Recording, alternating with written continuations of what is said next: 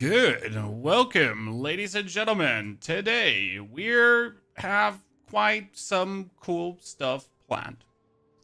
We're going to be crafting the perfect starter for patch 0.3.0 by simulating some stuff. I got my Titan here so we can play a little bit around with Fissure. We're going to be looking at the artillery Tactician and maybe at the blood mage together with bone stuff. And first and foremost, we have to talk about which Ascendancy. Is it going to be the Titan, or are we rather going to mess with a Warbringer for the Fissure playstyle? And I'll need your input on that as well, because that's going to be quite something to consider. Is it now better to always break armor, or are we better off to get bonus slams? Because that's what I like a lot on the Titan. That we could be getting chance for slam skills. You use yourself to cause aftershocks, right? And then we also down have here again the chance for mace slam skills. Use yourself to cause aftershocks. And we get more chance to use to get aftershocks again. And we might get even more aftershock nodes, which is definitely something for the hulking form, right?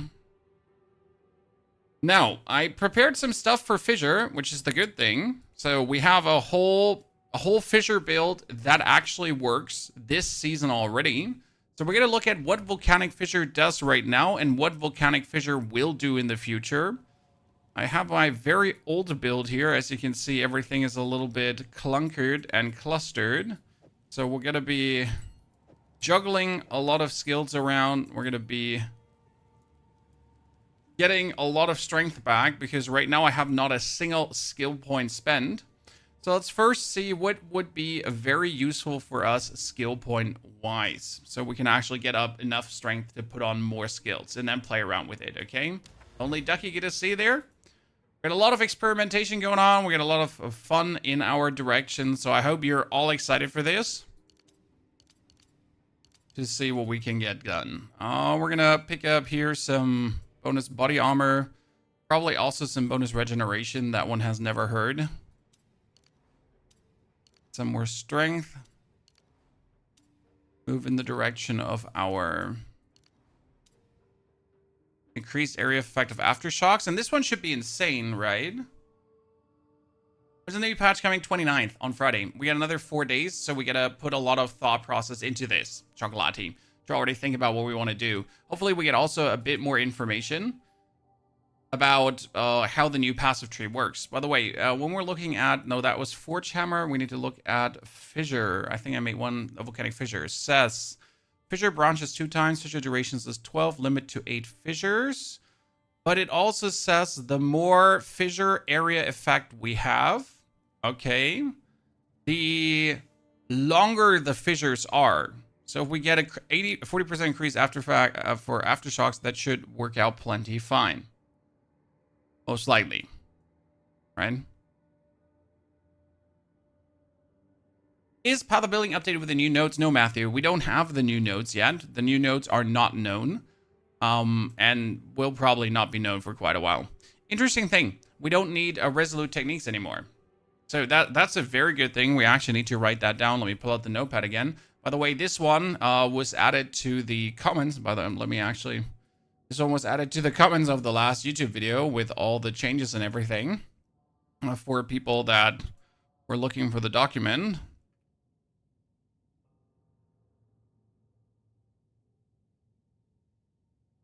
Just in case you were wondering if that is available somewhere where you could see all the changes to the classes and everything in a more wrapped up manner.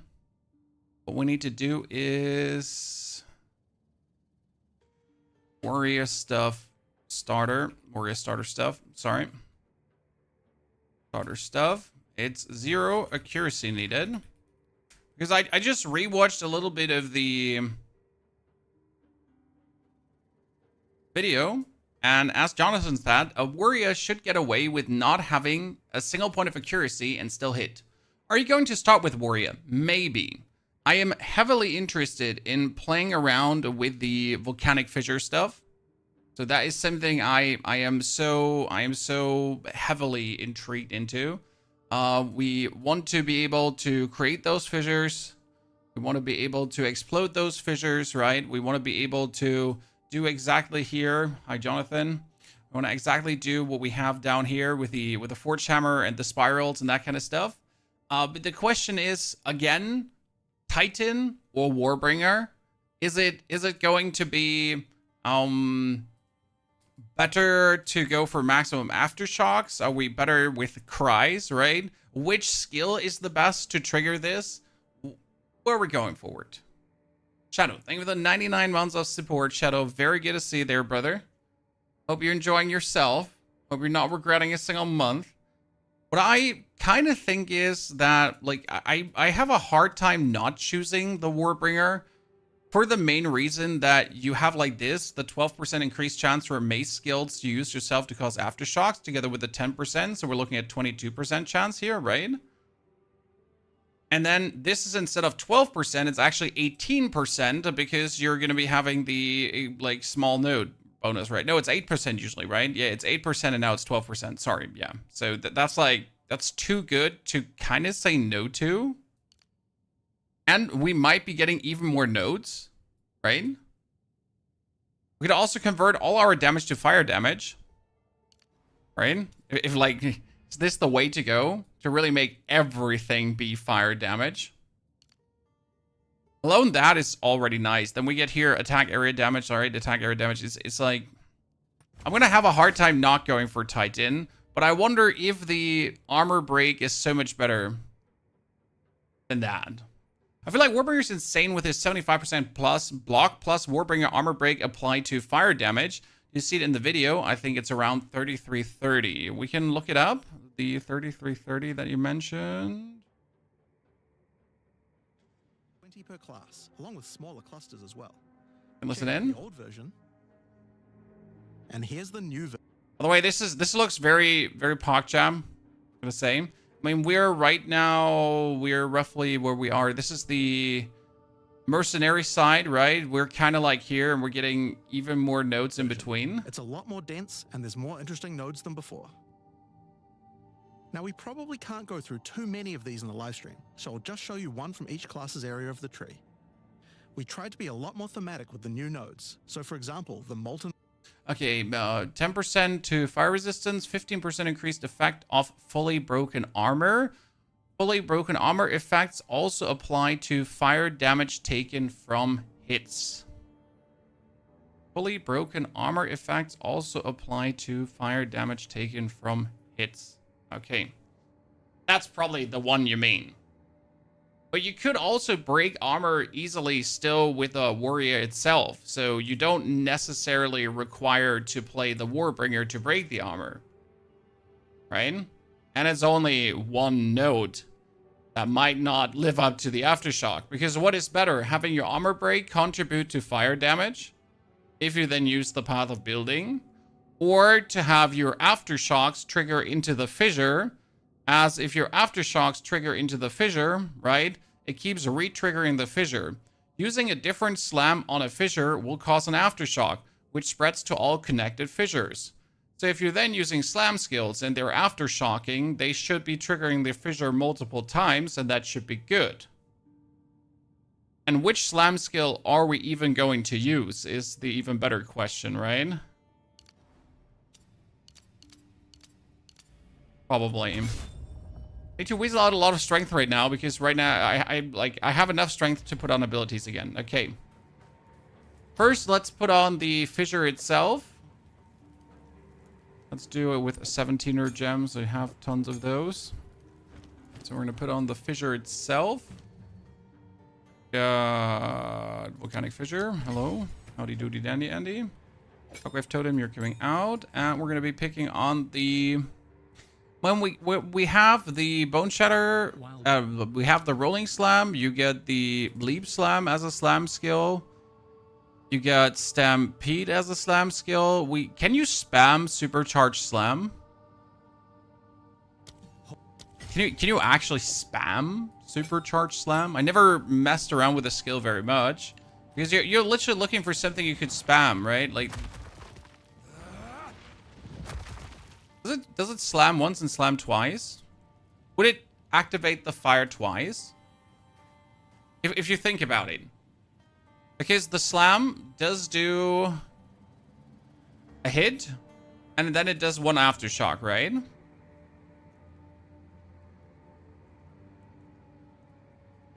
Heavy slam, release slam the ground, dealing damage as an impact, followed by an aftershock. So if I slam, and if I aftershock, should that activate the fire twice? And then the aftershock could aftershock, and my slam skill could aftershock too, right? But we're starting Warrior potentially. We're trying to figure out currently what we can do with the Fissure, right? To then, like, make the Fissure go boob. That's the basic plan. Do you know if they have done something to Perfect Strike in the patch? Yes, Perfect Strike is altered. I'm going to pull up the patch notes for these things always so we can talk about this. So, Perfect Strike, in this case now. Oh my goodness, I'm going to have to write Perfect Strike. Has its damage reduced by 300% on the max end. That's significant, sadly. But it has more range.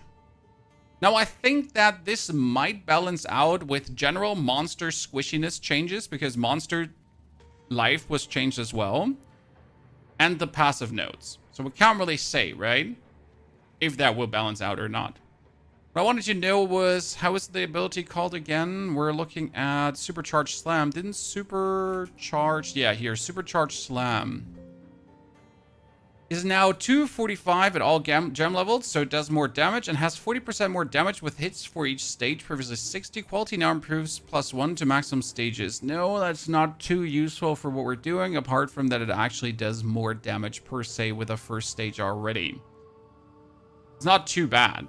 Again, we're kind of trying to figure out which skill would be the best to pump into the Fissure, and also what do we want for Fissures. Can we already get more Fissures? I think we can, right? Let me just double check if I go for support gems. Yeah, you can actually get more Fissures already. I need some support gems here.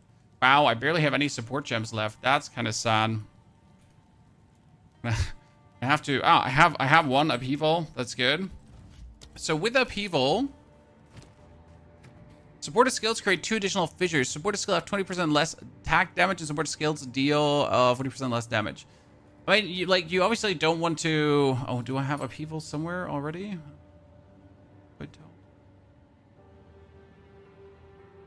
Where do I have upheaval already? There's already... Where? Oh, like, this was the thunder thingy. Yeah.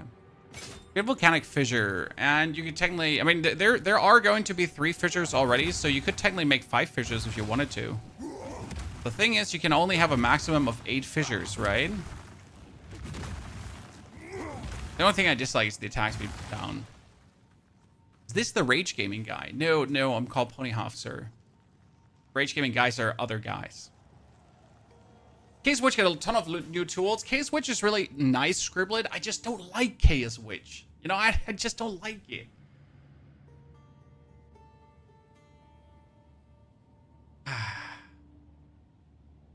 That's the problem. Why I'm not really interested. The Fissure actually profit from slams right now. It doesn't really. No, it does already profit from this, right? That's good. So that part actually already profits. But having like the Fissure do like triple straight away. So we're gonna do Fissure, and then we would like to... See, that looked nice. Fissure, and then... Now with the proper aftershocks. Especially when the aftershocks are coming.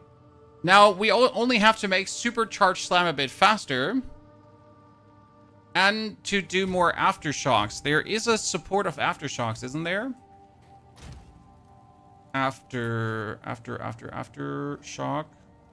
Yeah, support of aftershock. Cool. Because we wouldn't want to have the damage, right, from the Supercharged Slam.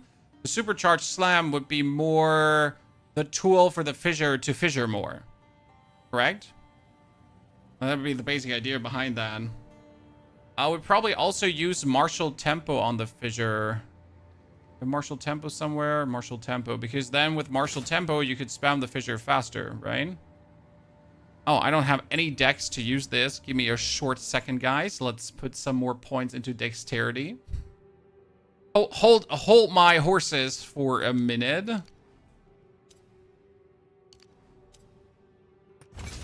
This is all a bit haphazardly allocated. We're just here to test out some things. There's another Aftershock support gem, and there might be new Aftershock support gems coming too, right? Down the line. So we gotta try out with what we have. Obviously, this is all like just playing around, seeing what you could do, right? And then there's a weird delay here currently. So I do this, right? I do this, and then like before he Aftershocks, he like weirdly delays. Oh, but this does already sound very fancy. Yeah, there was the other Aftershock gem. I'm fully with you on that one. Wasn't it like you can create one Aftershock, and then you can create another Aftershock, and then you can create another Aftershock, and then you can create another Aftershock, right? Let me see. What we got tier 3 support. There Aftershock. Yeah, see, we got Impact Shockwave, Aftershock, we have that on. Then we have Reverberate, which says supported skill have increased chance to cause Aftershocks for every quarter second of attack time. Huh. Isn't that actually quite cute? Because the actual skill is not the fastest. Right? That makes Supercharged Slam a decent candidate for this. Could like Reverberate. So because the attack time is like what it says for every... Does it not say like the chance for Aftershocks on here?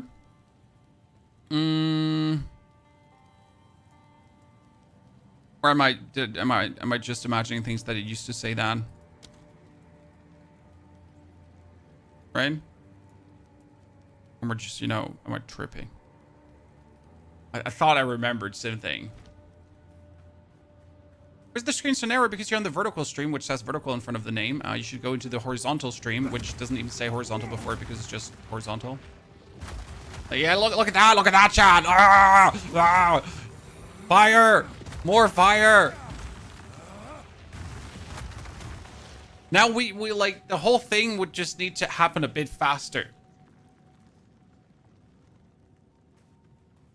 Looks like they updated the patch notes with some new material. Raw, where did they do that? And please tell me what I missed. I just saw that we're getting patch notes now. We're getting drops in case you missed it, ladies and gentlemen. So there is there's the free weekend coming, and you can earn this in case you missed it. So you get to the Clearfield encampment, you get the Exile's Hood, kill the Rotten Druid, and you receive the Exile's Staff, and kill Count Geonor, and you receive the Exile's Cloak. That's pretty good. Udi, bottom of the page. I'm coming.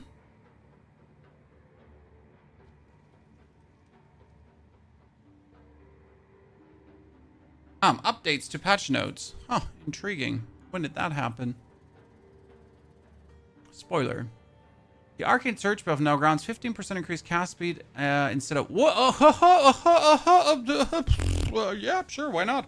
The interesting part about this is with a 15% increased cast speed to the Arcane Surge, that the Stormweaver, so in case you missed it, but Stormweaver got a buff to the way how it interacts with Arcane Surge. So Arcane Surge magnitude is now increased the less mana you have. So if you're actually looking at the Arcane Surge buff, that's pretty good. Ba-bam. It's a nerf? Should it be a nerf? But it was 10%, wasn't it? Or was it 20%?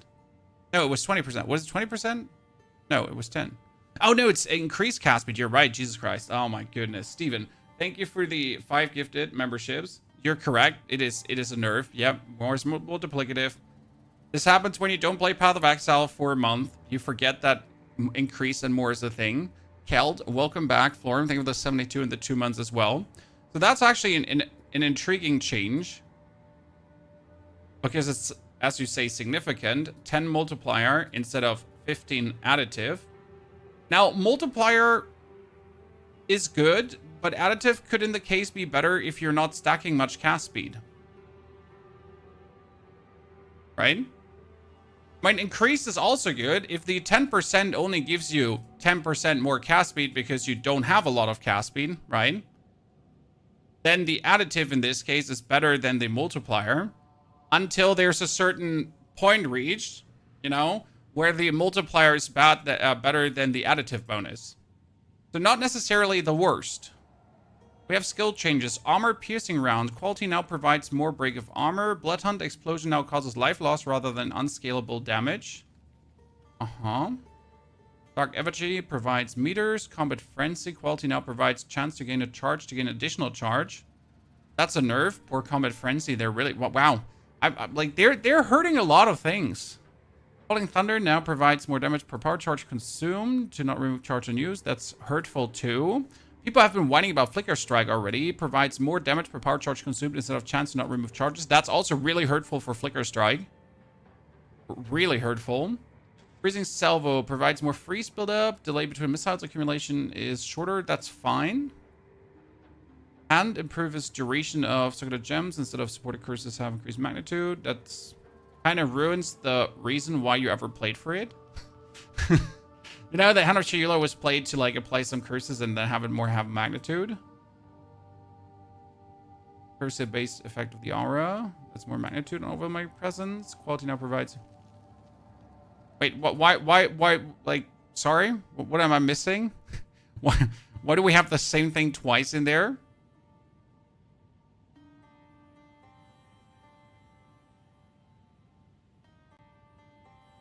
Oh, absolutely. I mean, I see things being hurt because we're getting new support gems that will most likely interact with this stuff. I am absolutely with you. You see things being ruined, but then as we get new supports that might make, like, something. Okay, here, the Flowing Metal notable passive now causes body armor to ground. 50% of armor applies to elemental damage. That was 35%, so that was already buffed. The Eagle Eye notable passive is now 10 stacks of critical weakness instead of 20. So they're actually going back on things they already... Well, okay. After the initial reaction chat, they're nerfing things already because it was a little bit too strong. Yeah. Because why not? Demon form grounded by the demonic notable no longer disables your weapons or has its own, yet now grounds 3% more spell damage per demon flame, and quality now prevents increased cast speed while in demon form. Life loss per second from demon flame is now lower beyond skill gem 20. Oh, that's good. That was added to it. Bone Shatter Shockwave now deals 50% more damage against unique enemies. That was 100% more damage against unique enemies. It went down by half. Yeah, people are excited for changes. It's crazy because a lot of these changes are like, I have seen videos about this, right? I have been on YouTube the past 2 days, chat. I've seen content creators already theory crafting a lot of the things you see here. And now they're nerfed. Okay. Like, good. So before the Bone Shatter Shockwave even came into existence, it's already 50% down. Oh, Isis, I'm absolutely sure that the demon form thing is going to be crazy. Potentially. Time to make another video complaining about the change. Nah, these are minimal things, right? So, like, they're most likely needed, I would assume. Hopefully. I mean, here, this was even buff, chat. It gave us even more stun buildup, right? Oh, by the way, I never read about Snipe. Snipe is no longer guaranteed critical hit and doesn't have increased critical strike damage bonus. Explosions now deal 900 damage instead of 343 and has a radius of 2.5 previously. Perfectly timed arrows that hit a frozen or heavy stun enemy now cause larger explosions that deal much more damage. Quality now provides meters to explosion radius. This is so sad. Because, like, if you freeze or heavy stun someone, then you get more. So the gameplay loop would be... send your minions in to freeze and heavy stun, and then use your explosion to do damage. That does not sound in any way appealing as a gameplay loop to even remotely do, right? That like, yay. Okay, nothing too crazy, chat. Okay? Nothing too crazy. What other updates do we have here? Updated patch notes. Warrior totems have no limit. Mace skills have less attack speed. now requires 3 endurance charges to raise. So, do I understand that correct? That I cannot raise an Ancestral Warrior Totem if I don't have endurance charges? I don't like Ancestral Warrior Totems anyways, okay? Don't get me wrong.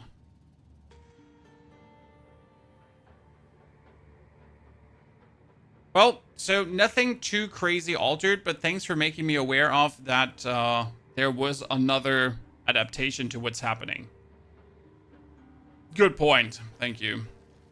How's Monk looking with quarterstaff? Monk can still be played. The problem is they made freeze harder to be applied, and if you apply freeze and your freeze is too low, then your freeze is actually not being applied, it's being ignored completely.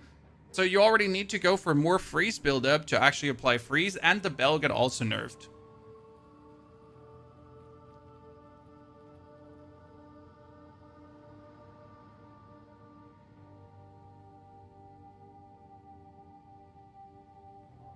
So yeah, that's like a little bit unfortunate one. Like obviously that's just going for the good old Ice Strike Monk. If you go for a fully charged, that's a lot of aftershocks.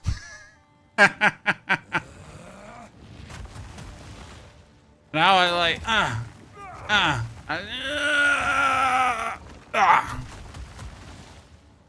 The problem, obviously, like, question is how much damage will the Fissure really deal, right? How much damage can we make the Fissure deal? Is your leveling bit with Stomping Ground still good? No, Stomping Ground is out of the question. The only way for you to use Stomping Ground is together with Shield Charge. Otherwise, you are not able to use Stomping Ground anymore, okay? But as you get Shield Charge, you will be able to actually use Stomping Ground. Now, again, I would not consider Stomping Ground to be something to look at, okay? It's like, yeah, sure, you can, but nah.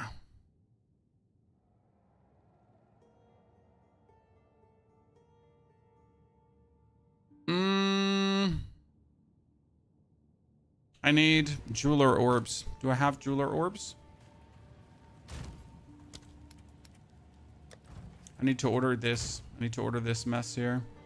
At least I have lesser Jeweler Orbs. Come with me, lesser Jeweler Orbs. I can't test too much out with a Fissure already, but I can test at least something out, right? To feel how this does. We get the Supercharged Slam, which is Reverberate and Aftershock. Obviously, the Supercharged Slam can get probably Immolate. It could get the Fist of War, technically. Because we're not going to use the whole time, right? We gotta bring up our Fissures.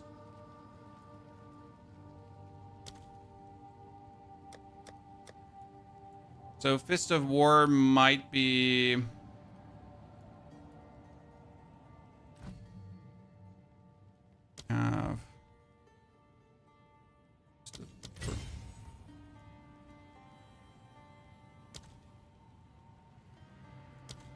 I wanted to show me all your Fist of War.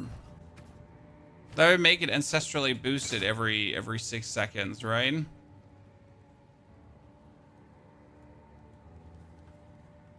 doesn't say an additional, you target 2 additional enemies. Earthquake Fissure has been a really good combo this far with Tremors. Yep. I just prefer to use the more...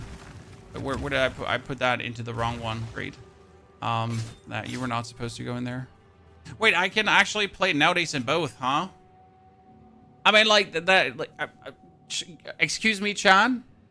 I made a humble mistake because I forget something. So this aspect of Aftershocks, right? I can just play it on both. Because obviously in the next expansion in 0.3.0, you can play every support on everything. So this Aftershock gem can be also played on the Fissure too, right? So the Fissure can be like 5 Fissures in total if I wanted to. And then I could like obviously use my ancestrally boosted slam to make a lot of Fissure boom boom, right? But we can actually use this aspect of Aftershock, and as much as I need it here, I can also play it on the Volcanic Fissure, so the Volcanic Fissure just gets even more Aftershocks too. Which is actually kind of interesting.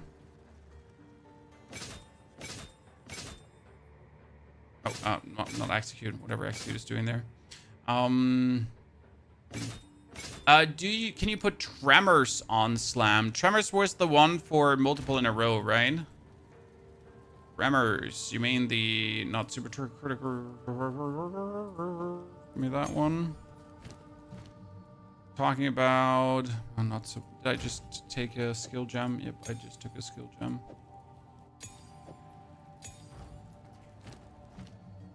We're talking about Tremors. This one here for the additional and the additional and the additional. Do I not have this one here somewhere? I'm pretty sure I had the Tremors.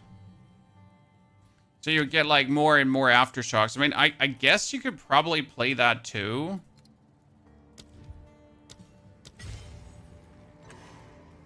But I wonder if it's too much. Right? If it's in any way useful. So that'd be another chance to do the more, right? Are we going for Fissure, and then you go like for...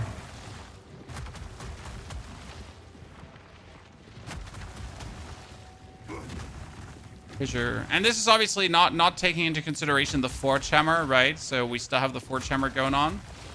I mean, at this point, you would have to, like, have your shield activated. I need 70 dex. Wow, I have 25 dex. How did I ever have 70 dex on this build? Do I have an item that gives me dex? Just wondering, why do I not have a chest piece, Chad? Wait, answer that question to me. Why do I not have a chest piece? That's a very good question.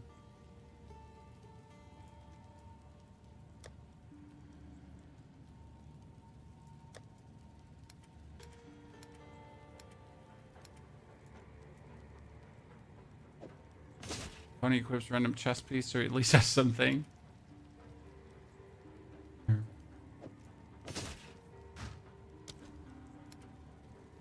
It's a very good question. Hey Pony, why don't you actually have like a chest here? There we have a chest. Congratulations, you have a chest now. me just running around without anything. ignore me, Chan. It's probably because I made this for a screenshot, right, where I didn't have a chest. I mean, it's also like I have like random rings on, so I might as well put just another ring on, I guess. That gives me dexterity. Can you give me dexterity of any level? Thank you very much. Can you give me dexterity on any level? Thank you very much. No, I have enough dex to wield that shield. Why?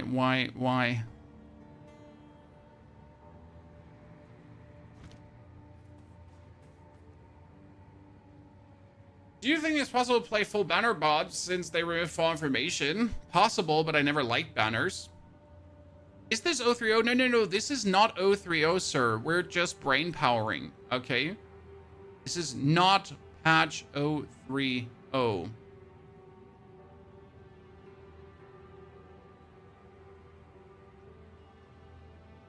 I wanted to test level a monk, but once I get to the cemetery, I figured out the multiple support gems and multiple skill gems will change the game a lot. Well, technically yes, but practically no, at least not for leveling, because you don't have that much to level, right? I mean, how many support gems do you usually have in Act 1 as you reach the cemetery? And that is, you have like 4 support gems, right? And mostly for the warrior, you're going to be taking Martial Tempo together with Rage or whatever. The very good thing is that warrior gets one big change, and that is it will not need a single point of accuracy. That's something that was said by Jonathan really nicely here in the patch, that warrior will really get away with actually hitting things by not using chance to hit, right? You should be able to always hit, and that's good.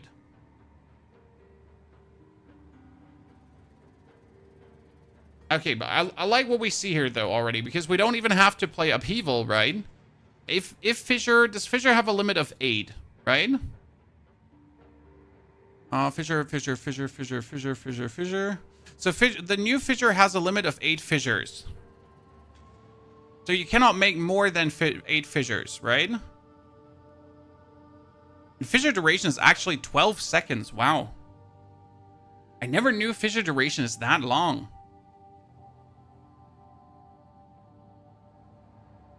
It's quite nice. Because that gives you like 12 seconds to actually hammer into the fissure, right?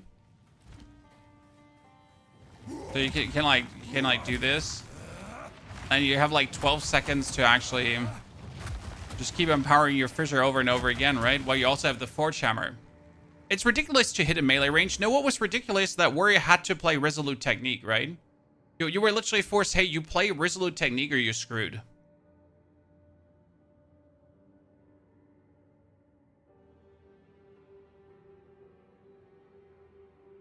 Yay.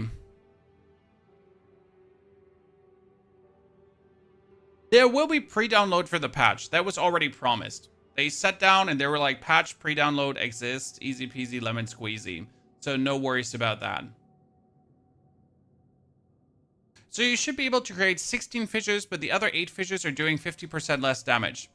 That would still be worth it. The question rather is, do you want to play the Upheaval gem or not? Because Upheaval is already 40% less damage and 20% less attack speed. So I think you're actually better off not playing Upheaval. I mean, obviously, right now we have nothing to simulate the multiple fissures. But if this is the normal fissure attack speed for 3 fissures now, that's insane, right? Right? That's just amazing. Where did we see branching fissures, guys? Where did we see that support gem already? Was it in the patch?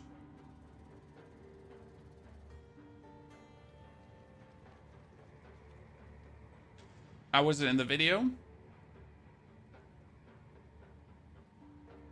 It's a normal buff of the patch. Okay. I mean, like yes, but the fissure does have here. Fissure branches 2 times here.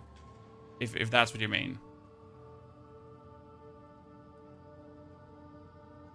Yeah, so you definitely don't want to have Upheaval. Upheaval is like just here for us right now to simulate a bit, right? I mean, right now I would do barely any damage. Well, what is it like? What happens if I go into a tier 1 map? What happens if we waltz into a tier 1 map? Just out of mere interest. Hello, Mr. Tier 1 map. Nice to meet you. Just YOLO doloing around, ladies and gentlemen.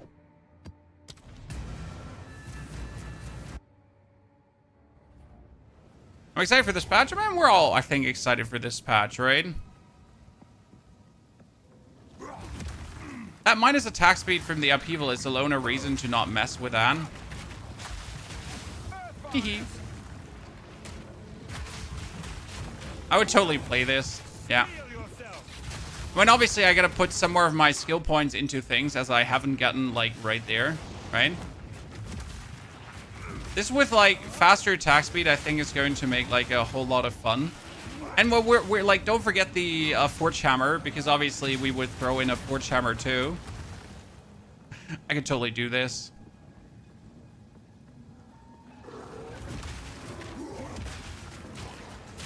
But you will have to be, like, somewhat tanky for it, right? Because if you're not somewhat tanky for it, you're gonna be getting hurt. So, I mean, now I have 1.6k life because we haven't, like, put things in. That's what you certainly have to do. I mean, the fissure's gonna come out quicker. The fissure itself is going to do more damage with the patch, right? Are you still gonna use Bone Shatter? It seems like silly to not use Bone Shatter still. Because you're gonna do this, right? It's gonna hurt everyone. You're gonna stun, and then you're just gonna Bone Shatter anyways. I wonder how well it's going to work against bosses.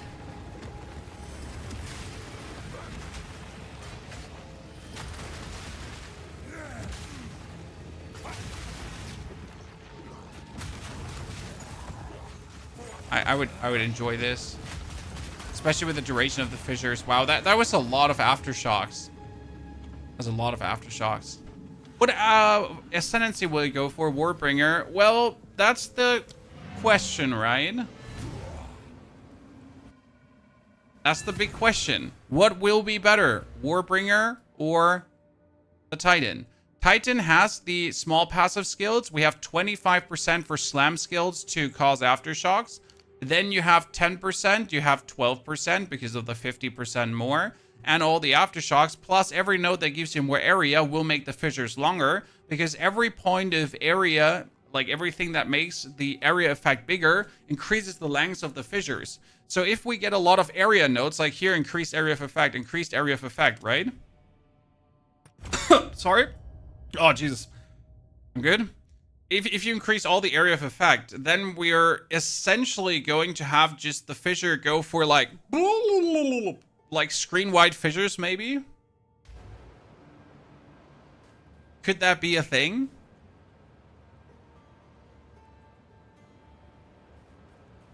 Wasn't there were armor break thingies, right? I need a thingy because we have more explosions.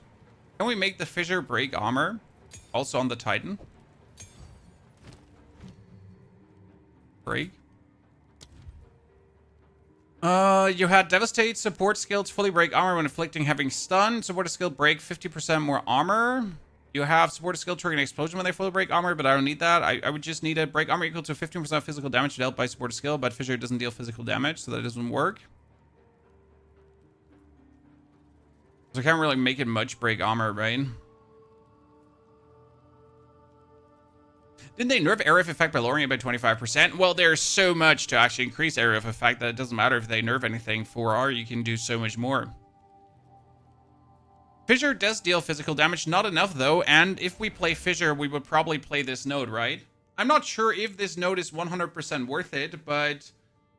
I mean, maybe... Should we just ignore and just only do fire damage? Is this more damage? Is this not more damage? Is this going to make Fissure stronger or weaker?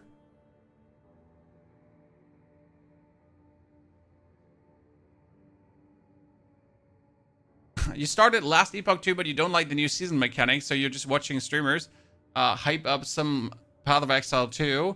Honestly, I enjoy the theory crafting. This is where I get my biggest kick out of, right? Enjoying myself, seeing what's possible, what could you do.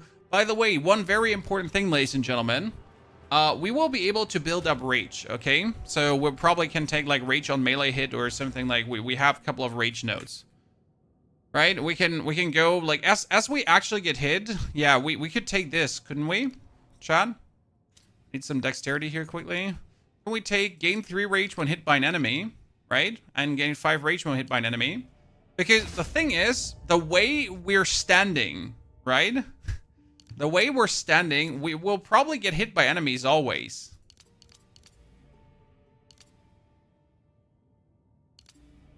Because what's gonna happen is, like, we're walking in, right? And we're gonna put down the fissures. So you waltz up. We usually have enough dexterity to also get the shield out, right? But we waltz up. We put that down. We start get hit by things, right? We start building up rage when things hit us. So we're good. We're at 40 rage already, and then we just get like a huge damage boost already from like one fissure, right? 2 fissures. We have 40 rage, and then we go like boom, boom, boom, and everything dies. If we wouldn't die due to not having life. So that technically is good, and they removed the life requirement from berserk. So we have the spirit skill. Where is it? Thank you for the map, Doriani. I appreciate it. We're not playing berserk. No, we're playing berserk. So berserk currently says grant 0.2 of physical attack leached as life per rage. Okay, and lose 1% of maximum life per rage per second while not losing rage. Okay. So this here lose maximum life, but did they changed rage to not do that? I have so many things open, it's crazy. Berserk here now grants 53. So they increased this. Okay, chat. They increased this. There's even more. There's even more. And no longer physical attack loses life per rage. Oh no, they removed that one. They didn't remove the life loss requirement. Oh no! That's actually worse. That's good. That's good. That part is sad. So they actually hurt us. Yeah, they removed the life leech and buffed the rage effect. I saw the exact the other way around. But we're still going to play rage, right? Especially with a 59% increased. And 40 points of rage. 40 points of rage is 40% more damage. That's huge. It's a lot of damage more. What other gem can we put into Fissure, by the way? Standard Fire Infusion? Standard Fire Infusion? Primal Armament. Do I have Primal Armament somewhere?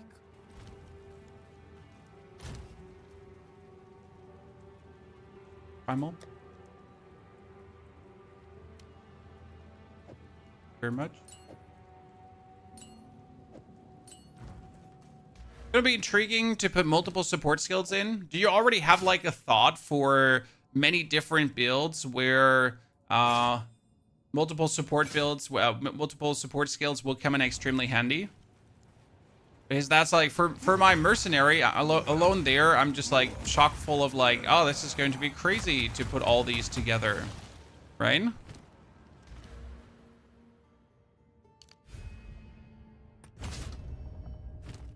I need 87 more strength to wield this. That means I gotta put up the strength cluster quickly.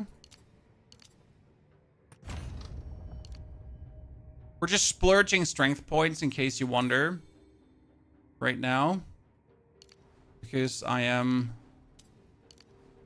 in need of doing that. Wasn't this here? This was increased armor. This was block chance. This was block. This was a block chance for global defenses. I can't take that. Just take the block chance, right? Wasn't there a block chance in the beginning here, somewhere? There wasn't that increased block chance. Block chance.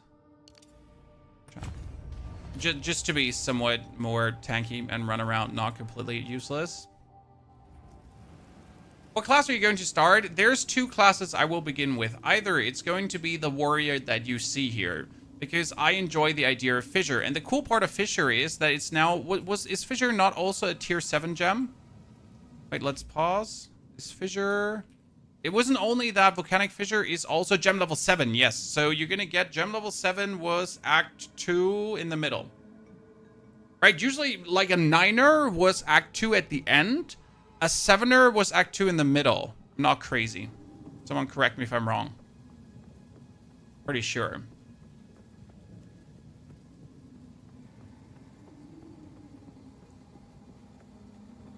So I'm really looking forward to that. Okay, we get that. We're not taking so much damage, so that's good. Do more damage, that's also good. Poor guy. And obviously the damage is not what it would used to be. Oh, that was a lot of explosions out of that. That was cool. The favorite part is how you just make one fissure and then you just stand there. Okay, I have 47 rage stacks, Chan. 47. That's funny. I take it.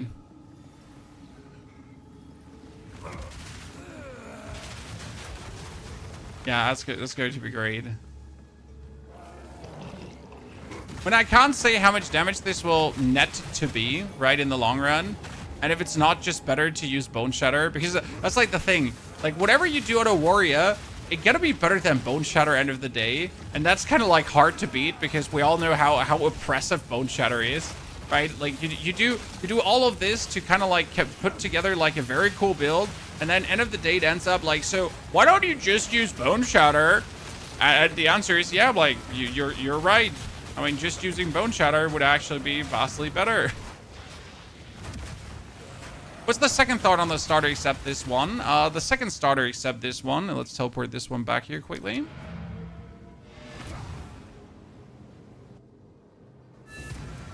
Is going to be... Punter, you can see it there, brother. Zauglunga, thank you for the 59 months of support. Dizu, by the way, thank you for the 28 raiders. I completely missed you and your community. Apologies for that. Is going to be a Tactician. Chat. the Tactician is going to get a very mad new mechanic. And the mechanic on the Tactician is called more totems with cannons ready. And we're getting a mortar totem. So I can put down mortar totems. Then I can use rapid shot to shoot really fast. And this rapid shot will create heat. And the heat that the rapid shot creates will make my... will be then consumed by my explosive grenades to have the explosive grenades do more damage. So you're going to put down mortar totems that shoot out grenades. And then you're going to go bop, bop, bop, bop, bop, bop, bop, bop, while your grenades shoot crazy. While your grenades totem shoot. And that's a little bit the plan there. It could be cool. Depends on, like, how do I say this now? The problem is a little bit that you're not going to use much of your own grenades anymore. So you're pretty much just play with explosive grenades or cluster grenades. I haven't decided on that yet. But yeah, it's going to be like rapid shot, explosive grenades together. The fun part is you could also put down your totems and then you throw gas grenades and your totems are going to be throwing explosive grenades. Which I also find really funny. The crazy part about a grenade playstyle is, and let me show you what the crazy part is. So my explosive grenade currently has expedite, less detonation time. Okay? Then it has scattershot for more projectiles, primal armament, but we have payload. Payload says supported skills have 70% reduced cooldown recovery rate, which hurts, but grenades fired by supported skill have a 50% chance to activate a second time. Now, let's think about this for a second, chat. What does this mean for patch 0.3.0, chat? So my flash grenade can also have payload. My gas grenade can also have payload. My goddamn oil grenade can also play payload. Okay? I want to play a mortar totem. Yeah. But on the other hand, you could technically give all of your grenades payload in the next patch. So every single grenade you shoot, no matter what it is, has a chance to go off twice with a 50% chance. And sure, they would have 70% less cooldown recovery time, but we're also getting more passive nodes, and you can take quite some cooldown recovery time from the passive nodes anyways, right? As you should do, by the way. Yeah. Right? So that should certainly play out well. The good thing is that the grenades don't reduce your frames that much anymore. I've been playing with FSR lately, and it helps you from completely, like, having your performance down when you're going a bit overboard with your explosions. And gas or oil with this could be detonated 2 times. Yes, Bobo, you're absolutely correct. If you threw the gas grenade, it exploded once, and then you exploded. But then they have a 50% chance to explode another time, so that means gas, explosion, and then your gas explodes once, your explosion explodes once, and then your gas explodes another time, so you have your gas, boom, boom, boom, boom, boom, boom. It's going to be way more explosions.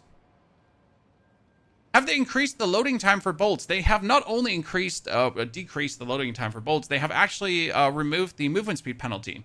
So when you're shooting your bow, okay, and when you then have to reload, which currently has an insane movement speed penalty, right? That movement speed penalty doesn't exist anymore, which means you can reload your bow while you're smoothly zooting around.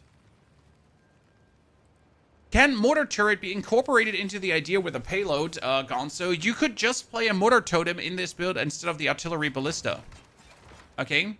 So right now I play the artillery ballista, right? Because the artillery ballista is nice, and the grenades are just adding absolute bonus DPS. Because in the build that we're currently having here, I have like points into the totems put with a weapon swap, right? My weapon 1 is totem weapon. And then I swap back and I actually use weapon 2, like the other weapon, which is my crossbow for throwing grenades. Initial testing says shockwave totem while you spam fissures and maintain earthquake is pretty good. You could certainly do that, but I just don't want to do earthquake totems.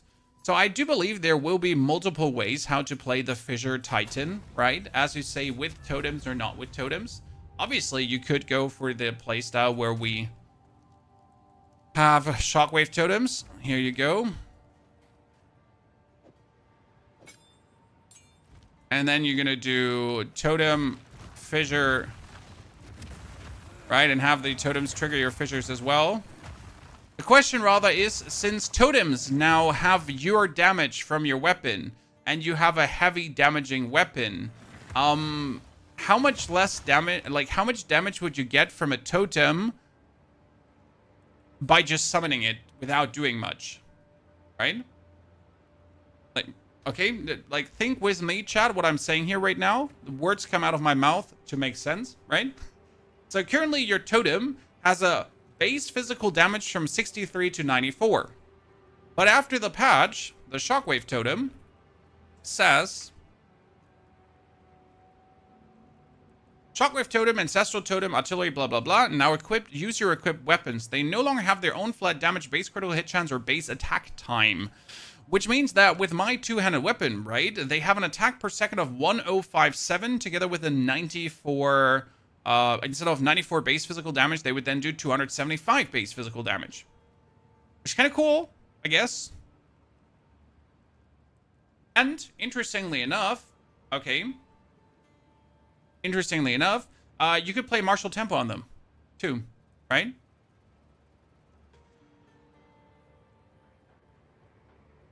Chad?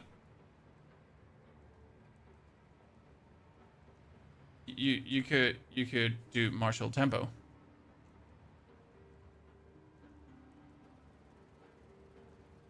Because you can play martial tempo on your fissure and on your totem.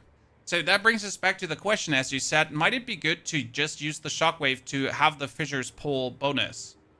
Because yeah, we have the fissures and we want the fissures to aftershock. So as you say, would be one, like even if you only do one totem and on multiple totems, useful, or do we have to play weapon sets? Because that's where the question then comes in. So do I now have to think about playing weapon set 2 and putting in the other hammer into weapon set 2? And then we're going to be like, oh yeah, okay, so weapon set 2 is obviously going to be here. I'm going to spend the point, wait. I'm going to have my points anyways. So we're going to go for more area.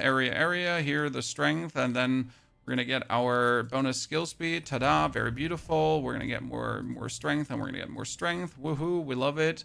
And then weapon set 2 is suddenly like, oh yeah, sure, we get totem placement speed, and we get more totem range, and then we do this one. And then we're going to have to squeeze on over here to the side to get ourselves, where was it? Where's the other basic totem thingy? Ah, there, I'm almost there. Perfection. So I can get strength and strength. And then we could get another weapon set 2. 1 totem damage. Totem damage. And you could get totem damage, plus attack speed. And I don't need that. So now, like, right, and then we're going to have to put the totem on weapon set 2. And very important, weapon swap is instant now. Okay, so that would mean we could put down the totem, then we could put down the fissure, right?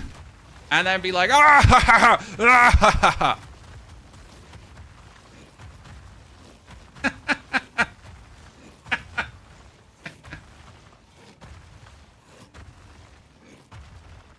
I mean, like, yeah. You could. I'm not against it. I like the placement speed. I mean, look at this right now. Look at the placement speed. Like, bam, bam. Like, what is that? Like, they're just being pulled out of my butt. Like, pop. And that's not even the fastest placement speed. So you could also consider now you can put martial tempo on the totems, right? And there is, was it like, it was a tier 1 gem? Was it tier 2 gem? We don't have that many more support, so I gotta be careful not to use up all my support gems. Chat, I need someone to come and trade me a bunch of support gems. I barely have any. What was it? We have for the shockwave totem. Was it urgency? Here, you could place them even faster if you wanted to. Sadly, you can't do jagged ground anymore, so that doesn't work, right? I mean, currently, if you don't want to bother about them too long, shockwave totem has a base duration of 12 seconds. You could probably just slam a persistence on it. Oh, I love persistence, chat. There's so many builds that actually profit from persistence, right? And you can now use multiple persistence gems too. So you just have like these totems come out like totems, faster, and then fire, totems, fire.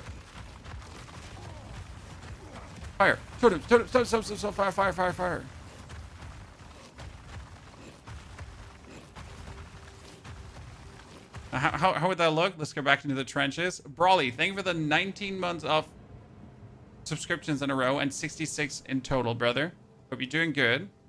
Grenade's good in 03. All grenades are going to be killer in 03, don't worry. Here, chat, we got it. We got it. That's a lot of fissures.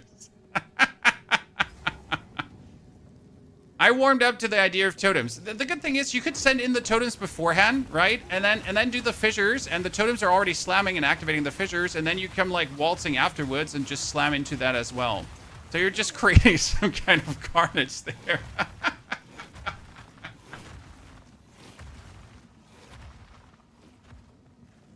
Beautiful. Oh, you wanna mess? Yeah, no problem. I got you covered here. Oh, like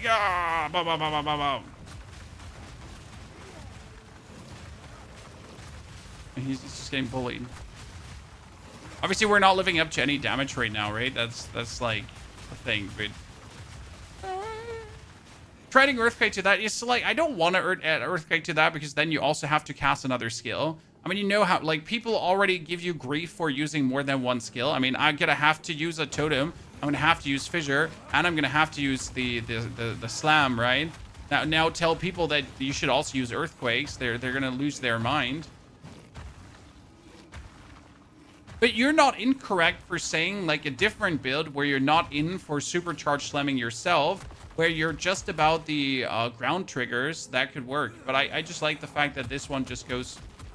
Oh, look at that. What is that? Was it 4? Aftershocks? If we charge this one, it's... Aftershocks. We like you. How long do you expect the full playthrough to take? 1 to 4 plus mini acts. I mean, 1 to 3 takes usually 6 hours, 4 to 6 hours, depending on what you do, depending on if you do rake stomping around or not. But like the rough estimate is like right around 6 hours, depending on what you do. Act 4 itself is what probably like in the beginning it's going to be like 2-3 hours for discovering everything, and then later you're going to be like 1 hour, 30 minutes to an hour to go through. And the mini acts, I can't say how long they'll be, right? Leipzig, thank you for the 28 months. Leipzig, welcome back, brother man. I hope you're doing very well. I'm playing Totems of the League Star. Just don't know if Tactician or Warbringer. See, now we're coming back to the question again. Tactician or Warbringer, if we would place totems. Because now the thing is skewed in the direction of Warbringer. Why would we think Warbringer, guys? Because Warbringer says you can break enemies' armor below 0 and breaking armor equal to 10% of the hit damage dealt. So we could easily break armor with a Warbringer, and with the answered call, you would also get another totem, okay? So this would be more totems, and this would be free armor break, plus another 10% damage reduction if you then wanted to. That's actually nice. Or you could use Wooden Wall, which has totems take damage before you take damage, and that would also fit. Okay, so you would put down like the fissures, and then you would put down the totems, and the totems would like activate your fissures, right? And if you now add Earthquake on top of this, because that's the whole point, so we would be saying, where's where are Earthquakes? But that's the question if too many cooks are not like being weird for what we're doing there. So you technically also use Earthquake because the damage of the Jack Ground explosions were increased.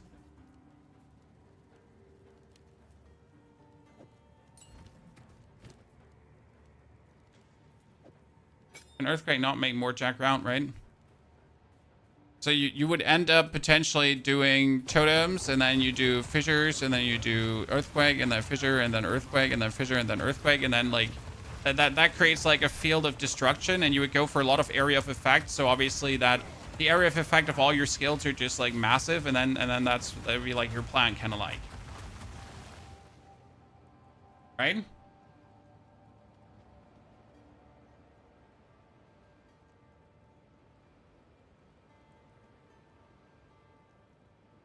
Now the question is, do we want the Earthquake to deal damage, as you're saying, or do you then want to use the Tremor gem that we have here? You can also use this on the Earthquake, right? To probably have it deal more aftershocks. Yeah.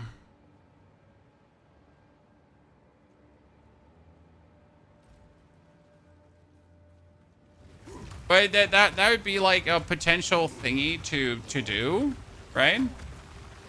Because it will work. It wouldn't not work. And then worst case, like lastly, you can also put that skill on top.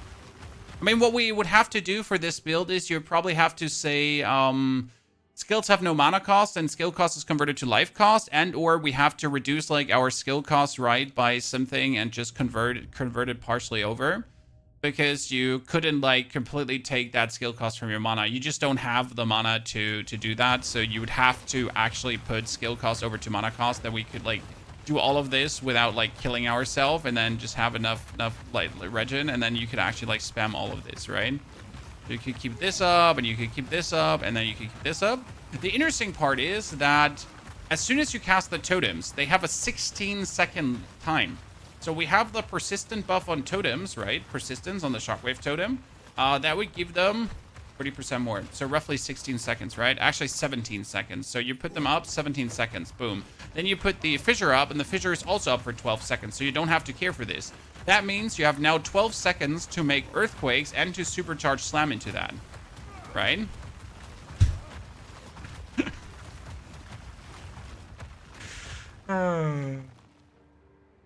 You know, I actually don't care if this is good or not. I just want to play it.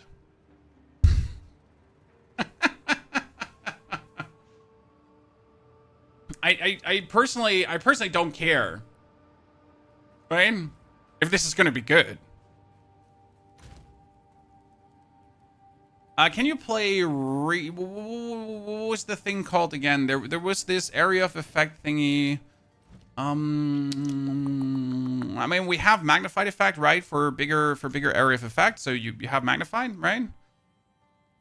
For more area of effect, but was reach only for attacks, or what was it called again? Here, reach was supported skills have less acc rating, but supported skills have more area of effect. Can I could play reach on earthquake because it shouldn't matter. Really?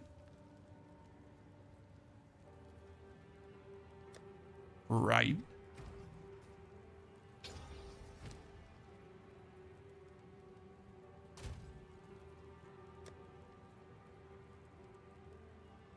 Because the jagged ground should always hit. It's jagged ground. It's like a ground effect. So what we can do is you can make like very big patches of earthquakes. You know, that size. I just like the size of it.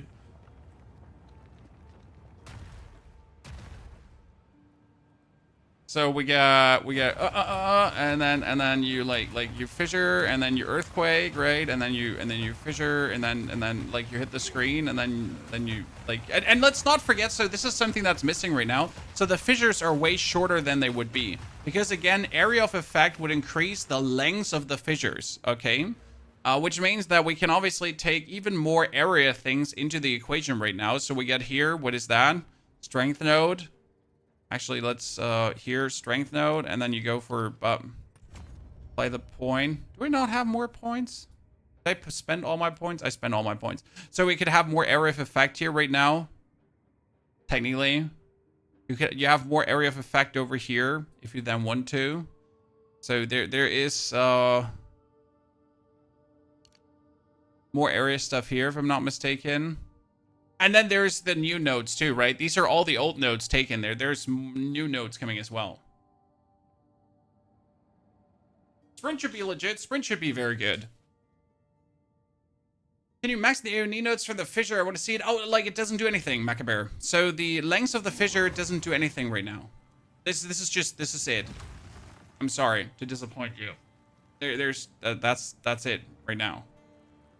No, it's not. There's not more coming. So that the bonus is happening. That's for after the patch. Here, fissure. Here, creates branches. 2 more branches. The length of the fissure is now affected by area modifiers, and that's crazy. Right?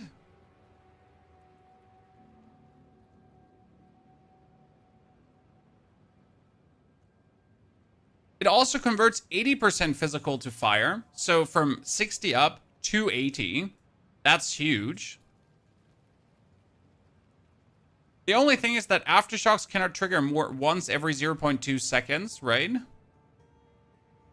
So that raises the question if aftershocks cannot appear more than every 1.2 seconds. Like with this, when I do the fissures and the totems, you already have the aftershocks maxed out.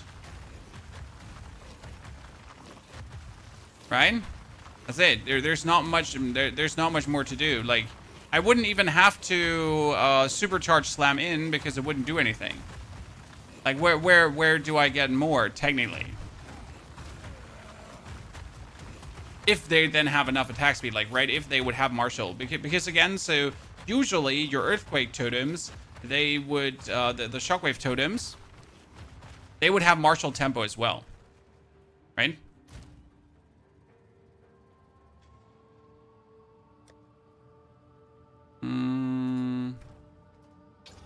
The shockwave totem would have the martial tempo that the fissure has as well, which means you're gonna put these baddies down, and then we're gonna put the fissure down, and then you're gonna have like them attack even faster. That looks pretty bad.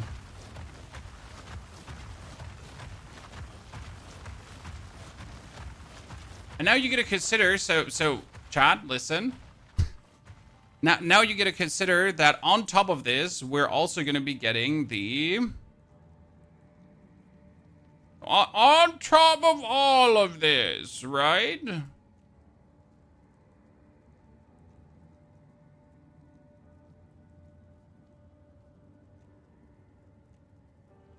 We're also getting this. The hammer. The hammer spiral explosion. That then, if I put 3 totems in here, should just go vab, vab, vab, vab, vab, vab, vab, vab.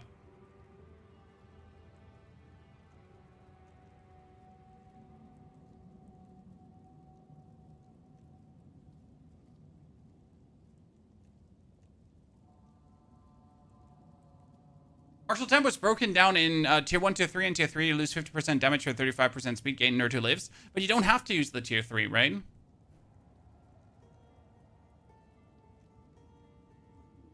So that would mean we're probably not use the supercharged slam, right? It would turn into a totem fissure. It would turn into a totem fissure build, kind of. And then earthquakes wouldn't be far off. So like step one of this build would be you walk up to the opponent, you throw in the Forge Hammer, right? So this is how you engage. You throw in Forge Hammer. You walk up to the Forge Hammer, you yell, or you put in the totems. So you throw hammer, you put in totems, you walk up, yell, then you put down the fissures on top, and if anything survives, you actually just earthquake another time, right? I guess that would be the gameplay. Hammer, totems, yell, fissure, earthquake. Actually pretty simple. If the hammer doesn't already kill things, right? So boom, hammer, then you would instantly put the totems to have this go. Yell, hammer explodes. Yeah. So many skills to use? Well, I mean, is it really so many skills to use? You use your hammer. So this would be your hammer. You throw it in. Then you press this button 2 times. You walk in. You yell. You spam the fissures. And you do the earthquakes. It's not like that you have to use all these skills at the same time. Right? That's the whole point. Like, you don't have to go like a sorceress.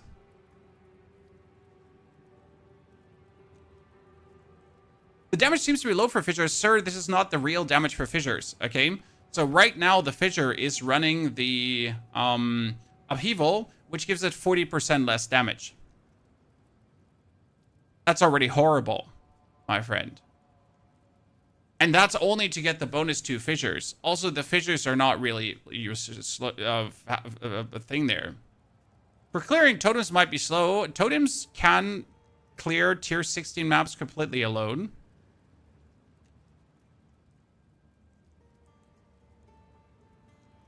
right?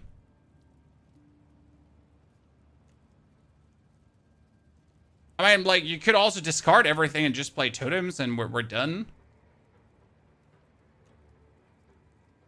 You don't have to play anything else. I mean, there's a whole shockwave build.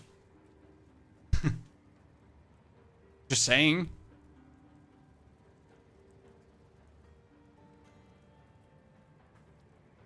Infernal Cry seems to drastically amp Fissure damage. Yes, what did Infernal Cry do again exactly? And how would we gain endurance charges, right? I know Infernal Cry makes next attack more boomfy. Where were we stuck? Infernal... I have an Infernal Cry here. If again, right now it was next melee attack you perform plus an additional attack per endurance charge consumed. Gains fire damage per power on enemy's range. Radius is 4 meters. Destabilize enemies for 8 seconds. So we would have to do Infernal Cry into Fissure to have a more powerful Fissure.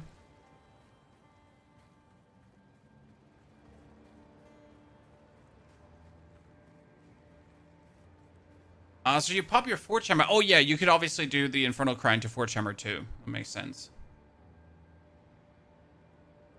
Keep the new Giga Warcry in mind. I mean, we have enough skill slots to use the new Giga Warcry. No worries. Like, we have enough skill slots for Fissure, Totem, Earthquake. Then the supercharged slam would be the hammer. You have your Infernal Cry. And you could add here the new Warcry to it, which you can anyways not spam, right?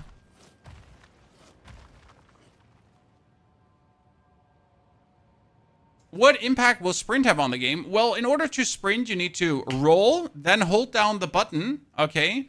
And then you sprint, okay? So you roll, hold down the button, and you sprint. What kind of impact will that have? It will have you move faster through the area. I mean, let's be fair. If I now go into a map, I couldn't obviously sprint much, right? In this area right now, I could sprint until I meet a monster. Then I need to stop sprinting, correct? Then I can sprint again after killing it until I meet the next pack of monsters to then get out of the sprint. So, I mean, that's what we're going to have there, right? Sprint into not sprint into sprint into not sprint into sprint into not sprint into sprint into not sprint. I think that's fine. And I've seen a lot of people be already all doom and gloom because, oh no, you can be heavy stun when you're sprinting. Oh no, that's so bad. Yeah, sure. I mean, like, it's not optimal, but then just don't run into monsters, sir. Right? Like, no one is forcing you to run into monsters. You could also just stop running when you meet them, so you're not getting hurt from you're not getting stunned from your sprinting.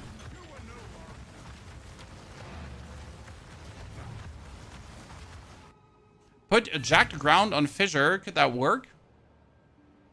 So where does skill have a chance to create jacked ground? That should technically work.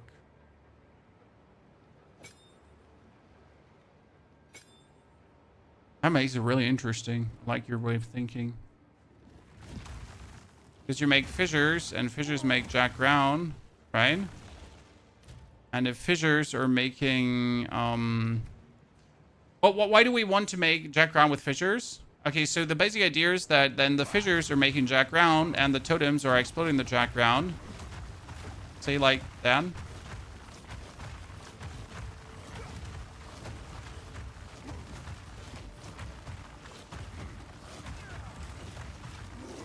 So you get double damage, you would get jacked ground damage, and you would get fissure damage.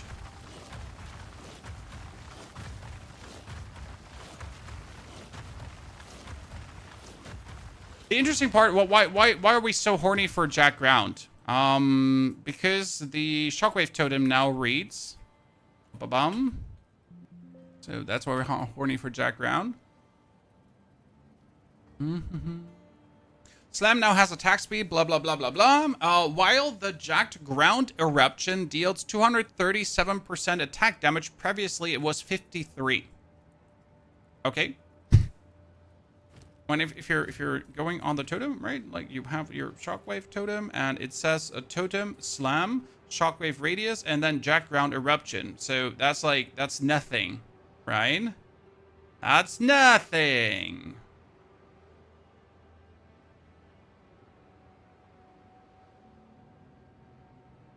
Now the thing is, if we play it this way, Chad,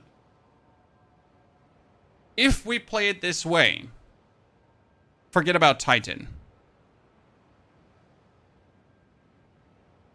Right?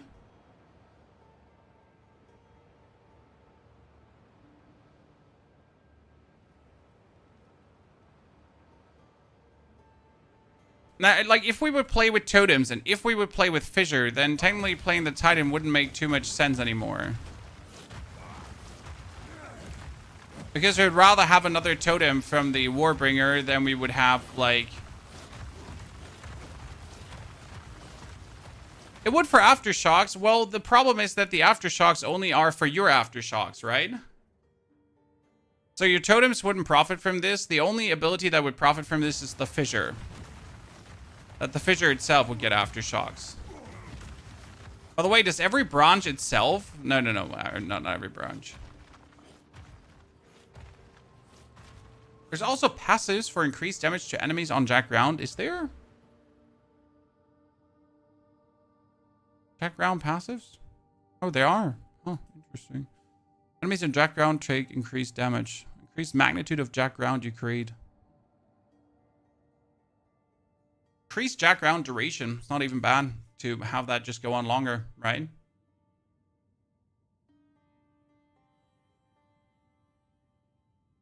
Depends on the new skill nodes if 50% small when totem is better. See, that's also the question because you might get 50%, how do I say this now?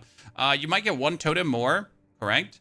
Obviously with the 50% more, all your area of effects are bigger, all your placement speed, your totem damage nodes are bigger, right? Now, the question rather is, does the bonus totem damage influence the damage the totem does to the Jack Ground? Right? Does that make sense? Do the words out of my mouth make sense? So does that influence this damage here? Jack Ground explosion damage.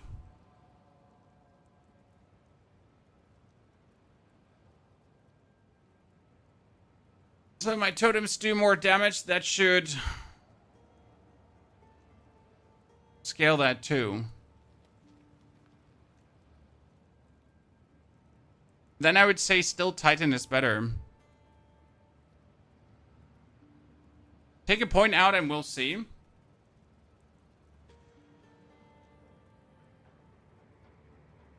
Go on.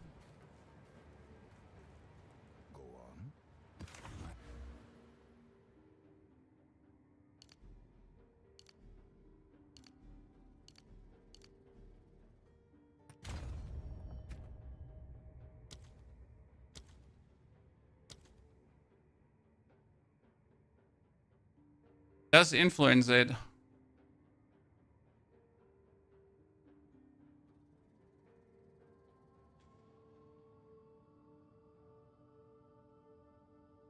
And I would reckon I'm happier with that one totem less.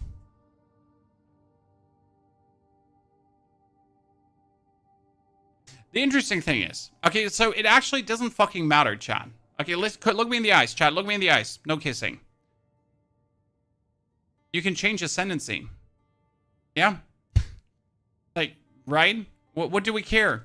What's the hassle? Why do we worry so much about if it could or if it could not work? Because end of the day, you can change Ascendancy. Right?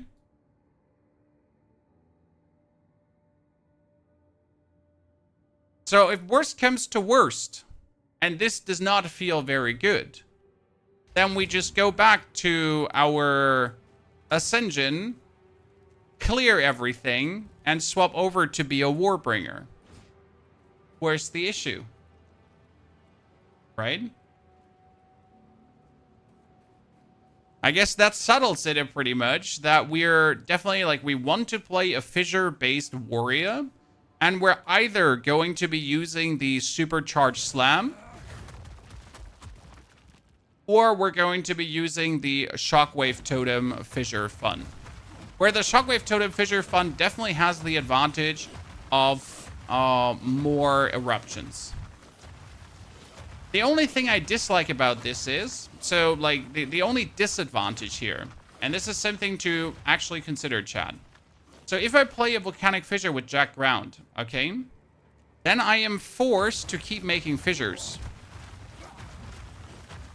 To like to definitely get the Jack Ground, right? Because it's only a 50% to get Jack Ground, so I gotta make fissures until I have my fissures have Jack Ground, right?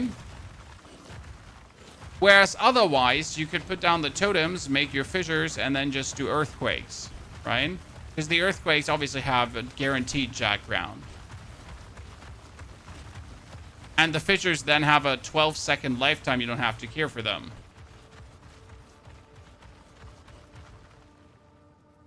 Oh, we will definitely find a way to make things work. You can't use the same skill twice. No. The way you can't use the same skill twice works is I cannot put a level 20 Volcanic Fissure on and a level 19. What I can do is I can put Volcanic Fissure in here, and then I can use an Ancestral Warrior Totem, as you said, and I can give that totem the Volcanic Fissure. The same works for the Mortar Totem. So you can use the Explosive Grenade, and then as you use a Mortar Totem, you can give that Mortar Totem also the Explosive Grenade. You can't just have two skills of a lower skill anymore in your skill tree. Yeah.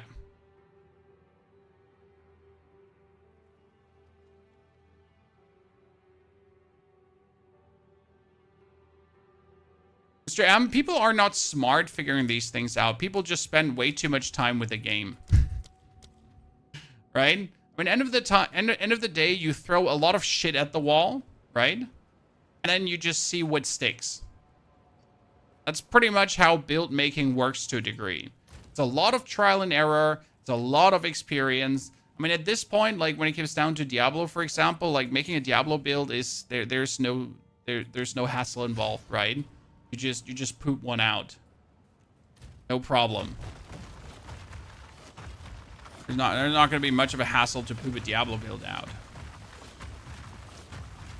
That totem is now level 21, does way more damage. Do you need to put points in fire damage with the Totem Fissure build? Well, the Volcanic Fissure itself turns physical damage into fire damage. So if you have a lot of physical damage, you automatically have a lot of fire damage. So you don't actually have to put points into fire damage, right? Because your physical damage, and the more physical you have, the more physical is being converted into fire damage, correct? Now, obviously, you could think about taking Avatar Fire, which says 75 of damage is converted to fire damage, that you also only deal fire damage, if you then so want to. So far, Avatar Fire has always led to me doing net total less damage. So far.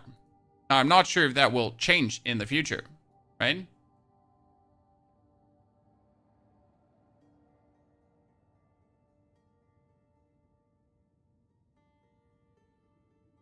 And then you get like the Shockwave Totem, which obviously does your weapon damage as physical damage, right?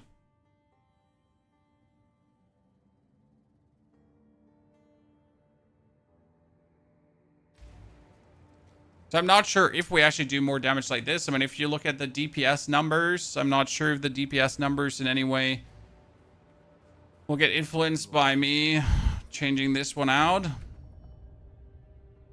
Actually do more damage on the Volcanic Fissure now, so yay. Right? Same. We actually do more damage, so yay. I have a different plan.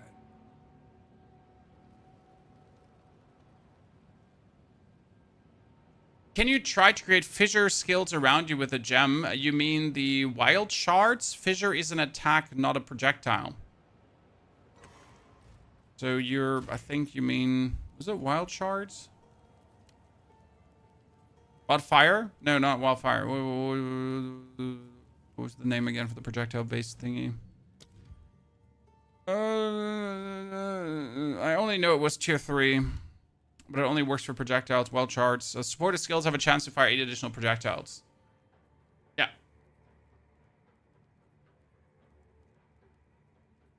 It only works that way.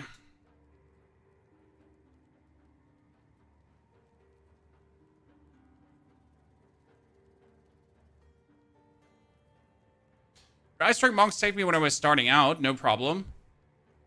Got you covered.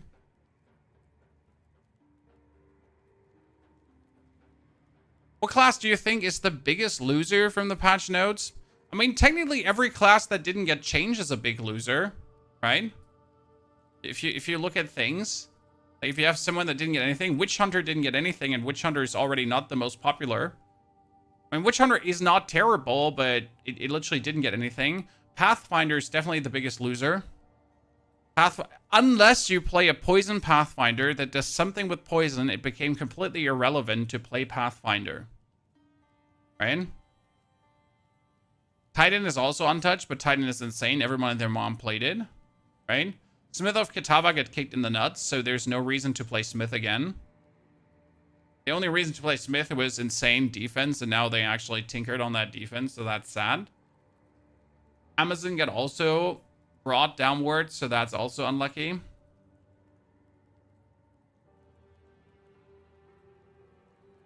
Oh, no, you shouldn't do a Smith of Kitava. So the only reason you actually played Smith of Kitava was because Smith of Kitava gave you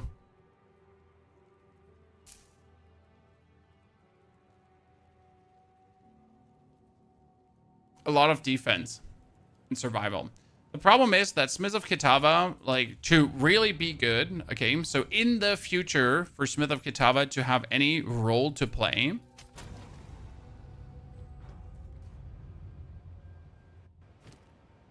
you want to use Fire Spell and Hit. That's a cool thing. And you technically want to use Temper Weapon and Manifest Weapon, right?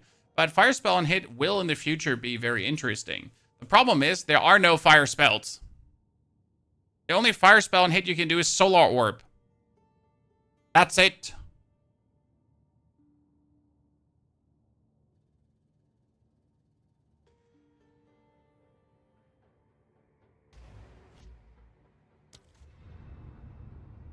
Do you really think that Earthquake Totem Fissure build would out-damage a Bone Shatter for a Perfect Strike? It's not necessarily a question if if Fissure Earthquake will out-damage Bone Shatter Perfect Strike, Junior. The question rather is, how much fun is it going to be to play Fissure Totems?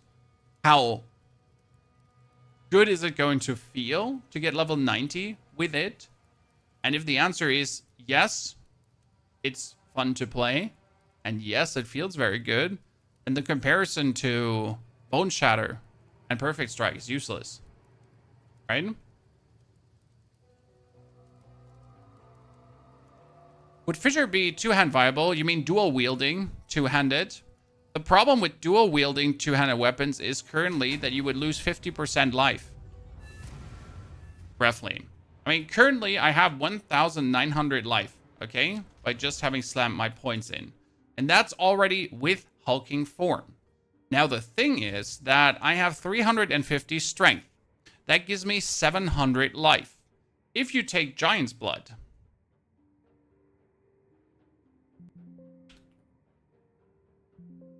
Giant's Blood now says halves the amount of life granted by strength. Cool. So instead of now getting 700 bonus life, I would get 350 bonus life. Which brings me down to 155. 158. That's shit. That's very shit. Now, obviously, they said that armor is going to be more efficient, right? Because you're going to get these things, guys. So you're going to get items that say 12% of armor also applies to elemental damage taken from hit. These effects are going to be on a lot of armor pieces. And that supposedly, okay, this is supposedly from GGGGG's perspective going to help you to not die that much as a warrior. Supposedly.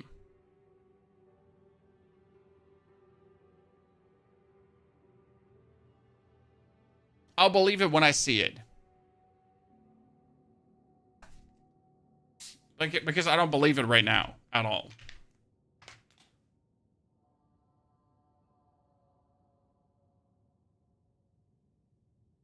Frankie, now that arc is considered a projectile, we will have to test a lot of things with it, Frankie. So now that arc is considered a projectile, you can do a lot of things with it. You could even try if wild shards and arc would work. Just shoot out in a circle around you. What Frankie's talking about, ladies and gentlemen. I tried to get everyone involved always. Arc is with C, right? Was arc with C? Or with K? Oh my goodness, where is it under? Here. Arc is now a projectile. It no longer causes explosion against shock enemies, and it no longer is a pay of skill. It now chains 6 to 9 times at gem levels, and it has 50% more shock magnitude and can consume a lightning infusion to chain additional times and deal more damage. Which is kind of cool. Arc currently says arc, there. So arc is currently a spell, lightning, chaining, pay of skill, right? Where you deal lightning damage, chains times, and then you get the pulls too. With it being now a projectile skill, as you said, you should technically be able to use something like, if I go for a projectile, right? Aspect of Wild Charge. Supported skills have a chance to fire 8 additional projectiles in a circle. I mean, technically, you should be able to. And technically, you should be able to use a lot of these things to do some projectile-based shenanigans, so.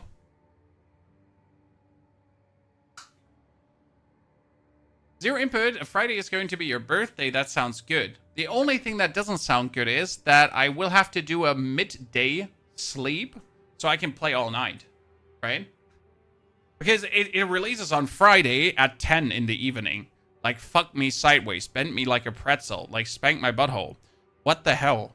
I will have to be up all night, then I have to record a video on whatever starter we're doing to give you right away a good starter, right? I mean, obviously, we'll pump out a video on what we did here now with the Earthquake, Infernal Cry, Fissure, Shebang Bang, right? Do you think you're going to get in at 10? Oh, maybe. I mean, last time I managed to get in. Like, what I'm asking myself is, if we're not splitting our damage too much by using totems and fissure. Because the question is, what kind of totem, what kind of damage do you want to focus on when you do totems and fissures now, right? It's going to be, are we going to focus on totem damage or are we going to focus on fissure damage? Then again, like, due to totems now getting the max damage of your weapon, do you even have to focus on totem damage, right?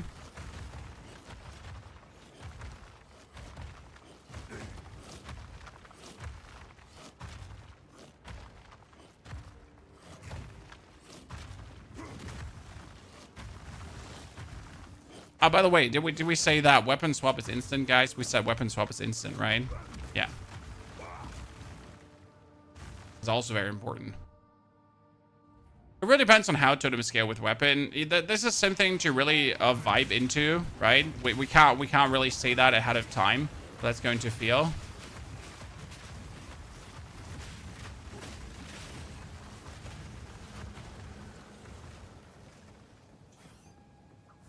I wonder if 5 fissures is going to be worth it. So right now we make 3 fissures, right? I wonder if 5 is going to ever be worth it.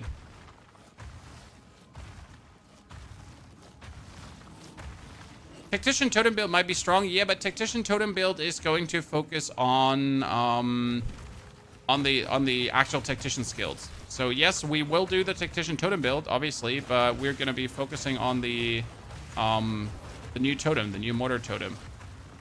Because that's going to be rad. You don't like the block mechanic? I mean, like, melee chars are inherently weak in this game unless you're a monk and broken. So yeah, think twice about playing a melee char.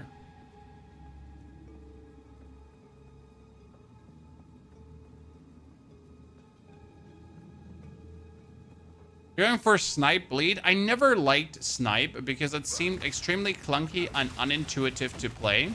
Now, I'm not saying it is clunky and unintuitive to play. I'm just saying what it seemed like, right?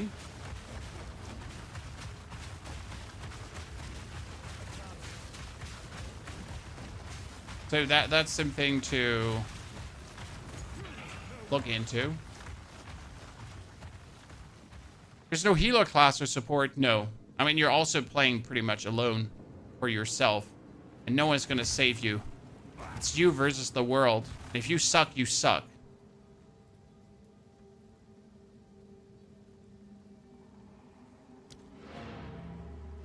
Invoker with barehanded or sword. You should also look into the Acolyte of Shayula Chaos gameplay. Am I crazy to go with hardcore soul self-found as Tactician? No, because we have the new deflect mechanic. So let's not forget about deflect, ladies and gentlemen. Deflect is going to allow you to deflect also area skills. So if you're standing in an area explosion, you can also deflect that to take less damage. And the Tactician gets the buff on the Polish the Gear node, which is currently giving you stun threshold and ailment threshold. But in the future, it's going to give you armor is percentual also deflect. Right? Do you have any lightsabers, General Grievous? No, sorry, sir. I thought about buying one at Gamescom, but it was $400 for the actual hilt, and then it was another $200 for the blade, and I was like, yeah, no, really not. No. I'm rather gonna buy some skins in patch 0.3.0. Right? Have minions been improved in 0.3? Minions have been vastly improved in 0.3. Because minions can't miss. Did I stutter, Chad?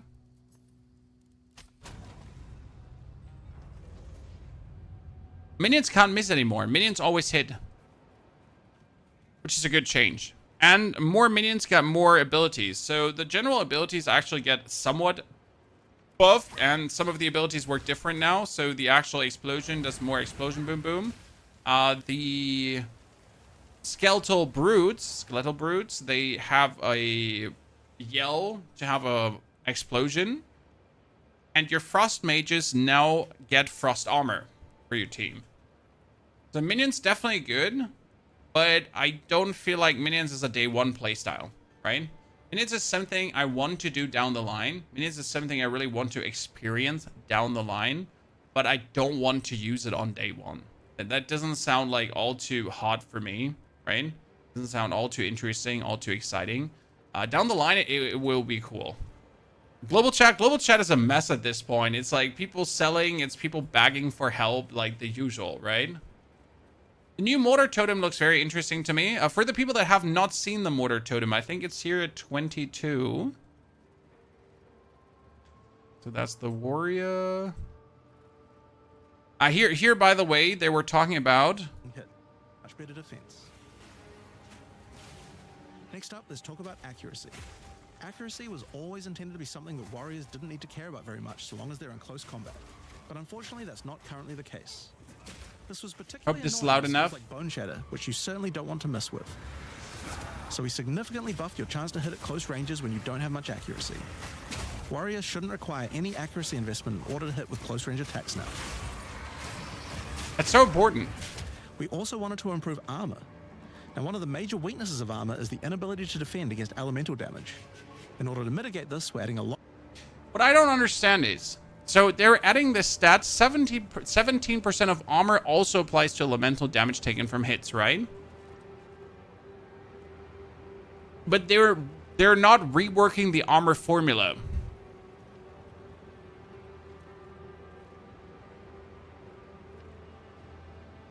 What makes you think the mortar totem uses your heat from rapid shot, Moby? I don't know, Moby. I don't know. I would assume they use, but I don't know, right? Cyril, think of the 61 centuries of support. Happy to see you excited for Friday as well. A lot more of the stat that allows your armor to defend against elemental damage. It's now available on items and in a lot more places on the passive. 15% of armor also applies to elemental damage taken from hits. It's a good passive. But I wonder if it's really going to help. Tree. And then something like here, 20% of armor also applies to cool damage. But that seems too conditional to actually take. Armor is fine. Armor has not been fine. No, sorry. One of the most important improvements we've made in 0.3.0 is to declunk the action and the So feeling that of was... I'm trying to get you the mortar totem, chat. Skills like Plasma Blast, which are intended to be good at shock, and high velocity rounds with armor break will now fragment the opponent's armor. This causes monsters to take a portion of high velocity rounds damage with every subsequent hit, even tiny pellets. Interesting. So that means following it with a shotgun blast is way more effective. Now there's a lot more buffs to crossbow skills, but See, there's the mortar cannon. Okay. Raise a cannon totem, which uses socketed grenade skills with significantly improved cooldown recovery rate. for now I'm just going to talk about the new one we added, the mortar cannon. This one lets you socket in. And then the explosive grenade says, consumes 15 heat if possible. Now it doesn't say from where. So I'm asking myself, it says consume 15 heat if possible. Why should the totem not use this? Right? Why should the totem not consume heat?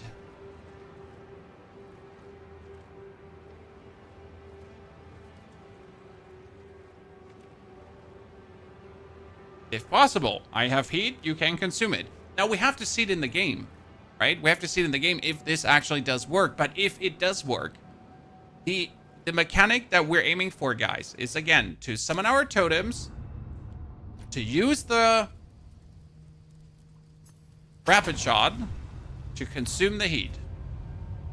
So you're gonna summon mortar totems, you're gonna go for a rapid shot, it's gonna create heat, and the heat will instantly be consumed by your totems then, right? Technically.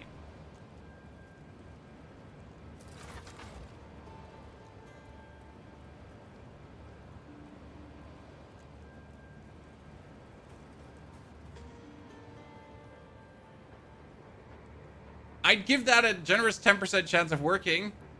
End of the day, that's what we are here to grenade test. skill, and using it will summon a cannon which loads and then fires the grenade. No matter what happens, I will use the mortar totems. Like if it's the last effing thing I will do, right? If I'm gonna die on this hill. This is a very comfortable hill to die on, if that makes sense. you know, this is a good hill. I built this hill, I made it beautiful, I put some mortar totems on it, and I'm gonna die on that hill, okay? If it's the last thing I do. Did you choose? See, like, look at the totem. Look at how cool it is. It shoots totems. And now you have to imagine that you, like, just have, like, 3 of those or 4 of those. And they just suddenly go, like, pop, pop, pop, pop, pop, pop, pop. And the whole screen just is full with grenades. What is heat mechanic, Grana Padano? I got you covered. So this is how the mortar totems would look, so you have a feeling for it, okay? What is heat? Heat is a mechanic from the rapid shot right now. Currently, when you're shooting the rapid shot, it creates heat, and if I then fire a grenade, the grenade is buffed, as you can see. That's how it works right now. And as you notice with the rapid shot, it has a slight delay before it starts shooting, okay? So I hold down, I start shooting. And if I generate too much heat with the rapid shot, then I can't use it anymore. Here, it says maximum is 26 heat, right? Gain 4 heat per second. Grenades gain 6% more damage as extra fire damage per heat. So technically, already with a rapid shot, you could have your grenades get a lot of bonus damage. It's not worth it to use. Now they changed it. Again, for the people that missed this, this is my build. We have a video up on this as well. We have the rapid shot. Here. No longer has a delay before firing. So instead of now taking this 1, 2, 3 seconds before it shoots, it's like boom, instant. So he starts instant shooting. It now has 100 maximum ammo at all gem levels. Okay. And it can create 45 maximum heat at gem levels 5 to 20. Previously 17 to 24. So more heat to generate. Okay. It deals also more damage. That doesn't matter. And the quality grants more heat, which is also great. Now, heat no longer grants rapid shot damage gained as fire. Instead, reaching maximum heat prevents you from using the skill. Okay, that sucks. And it now generates 1 heat per attack instead of once every 0.25 seconds. That's okay. Heat now begins decaying after 4 seconds. The most important part is explosive grenades and cluster grenades consume 15 heat to gain 50% increased damage.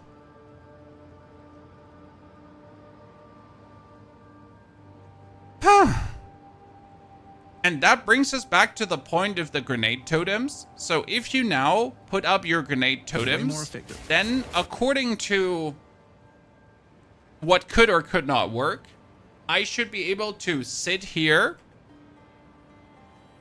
put up my totems, rapid shot, I build up heat, and that heat is being consumed by the totems consistently.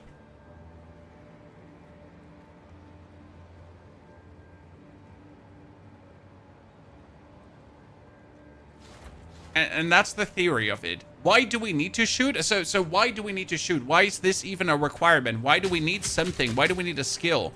Either a rapid shot, by the way, or a shock burst round. So why do we need to use something? Why is that even, right? Why is that even required? And the reason for that is this node. So this node, Cannons Ready, will give me another totem. Which means instead of summoning 1, 2, 3 totems, I'm going to summon 4 totems. Yeah?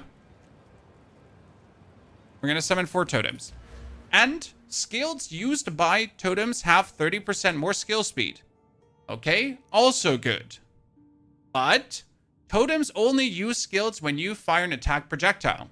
Which means I need to fire something for them to shoot, right? I need to fast shoot out for them to also fast shoot out.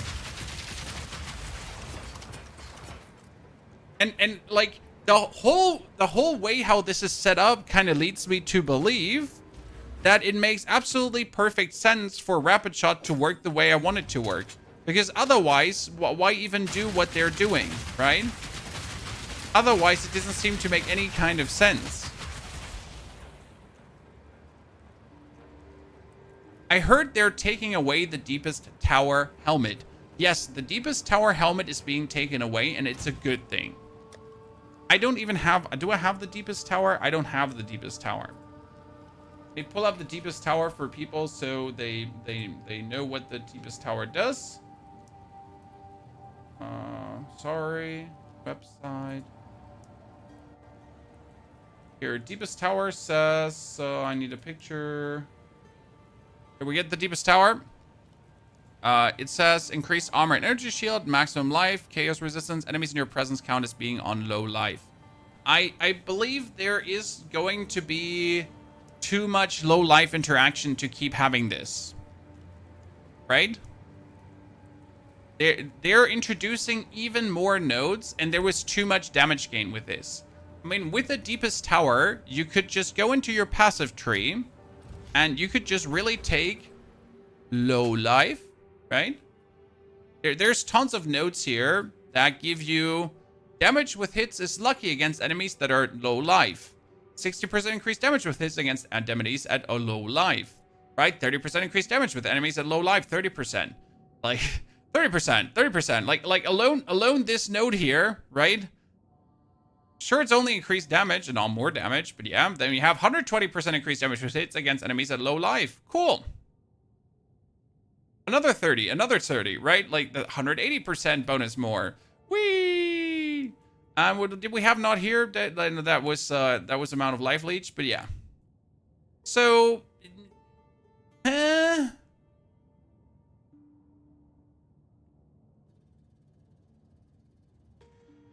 they changed the passive tree. They're not changing the passive tree. They're adding new stuff to it, Andre. So they're not changing what's there. They're adding to what we have. There's actually a picture of this in the video. Oh, does anyone remember where it was? Was it in the beginning? Was it at the end? In between? There's like a big like old and new picture like kind of show you how much of a difference it's going to make. Just don't know where it was, but yeah, it's like going to be denser. Yeah, 490% is how much you can stack from the nodes we have. Yeah, so Deepest Tower was like an absolute insane boost, and they're taking it out. I'm not mad about it. I generally don't play with uniques anyways, so in case you wonder what this channel is going to do, we don't actually play with uniques, right? I never use them because I find it always more interesting to make builds work without uniques. And then if you have one, you could potentially juice it up further, but first make it work without. I don't think it's fair for people who have it, especially for people, they should give us something in return. No, they shouldn't, Chris. You're playing an early access game. I mean, like, I'm sorry. I don't know how to say this, but this is an early access game. Like, they could just wipe the whole servers from one day to the other, and you just have to eat it up. And you have to smile and be happy about it. Okay? We're anyways playing a new league. Okay? So, if you want to enjoy all the new changes to the max, if you want to enjoy the abyssal shores, the abyssal fissures and all that kind of stuff, if you actually want to really experience the patch in the fullest, you anyways start from 0. You anyways don't have the deepest tower, right? Unless you don't want to experience the game in its fullest, unless you just want to keep playing your consistent characters.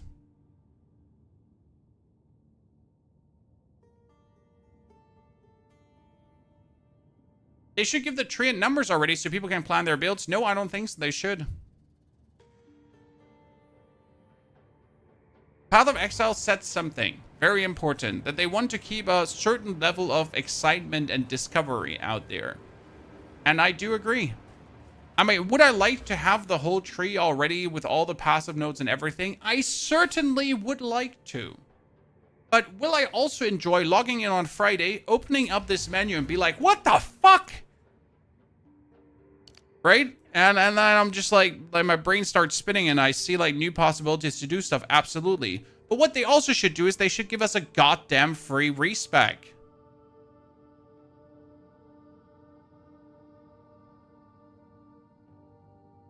How are we in an early access game?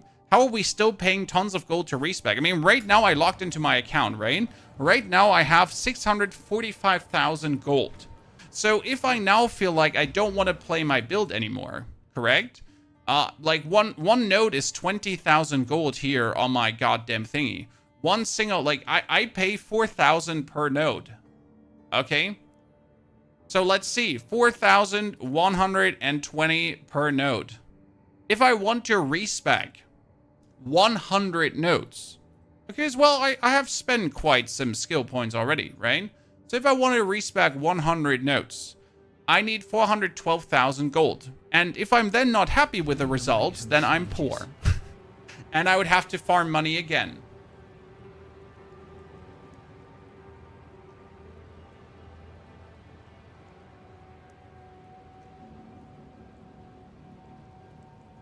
What's the point anyways in respec costs in the games? I don't understand. Go run a few tier 15s is not the answer, Charles.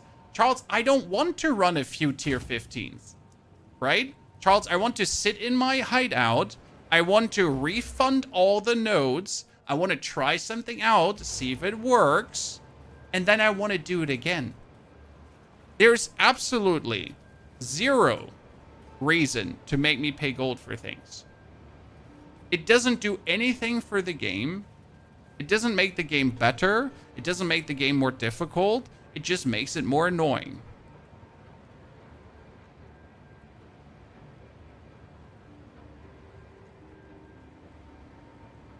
And there's no argument you can bring to the table ever that will make me say, you're right. We shouldn't have free respecs. I know it will never happen, right? Because GGG believes in get fucked, son.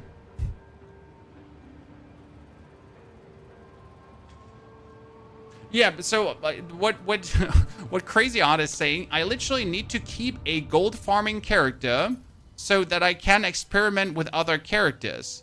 Which means as the casual player that I have to log in on my gold farming character to play for 2 hours or so. 2 hours I don't actually want to play, right? I don't want to farm the gold right now. Just to then be able, with my limited game time, to go back to the actual character I want to play to respec.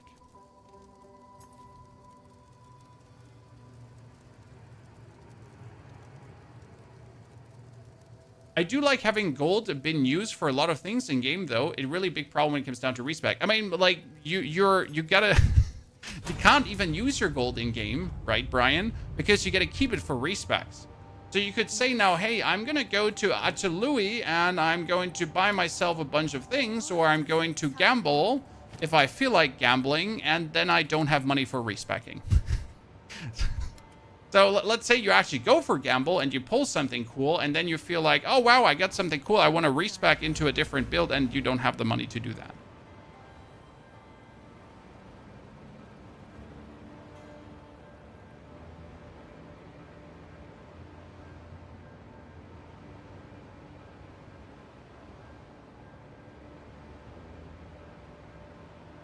But yeah, that's just my little complaint. You would need money for trade now. Yes. I mean, I'm happy for the trade system that is to come.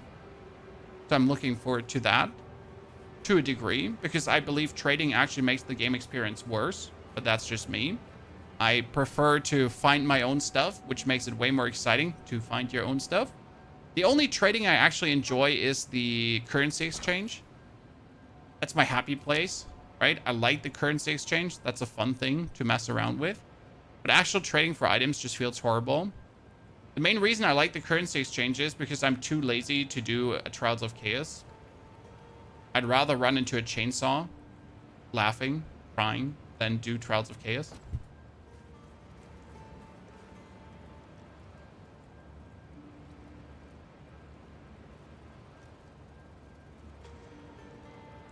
I think it's just there for giving gold a purpose. I mean, I was someone who never used the marketplace. I mean, Chakra, it's good that you never used the marketplace. It's good that you have gold lying around. Again, that doesn't change the fact that respec shouldn't cost gold. Right? What do you feel about gold cost when trading from the merchant in 03? We'll have to see how it plays out in reality. Right? That's pretty much it. Like, I can't say much to how the trading gold cost will influence things until we've actually played it, right?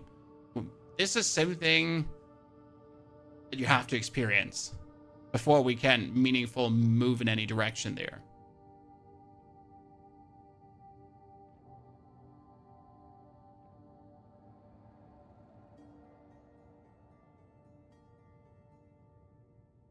But first, we're gonna see all the cool new nodes and figure out what for shiznit we can do with this.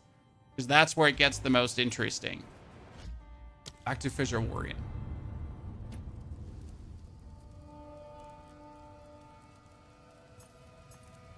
Are you spec into farming gold? Well, you can just take a character like, so I made this character here. He's called Spear Throw OP. So this character is called Spear Throw OP. Because Spear Throw OP.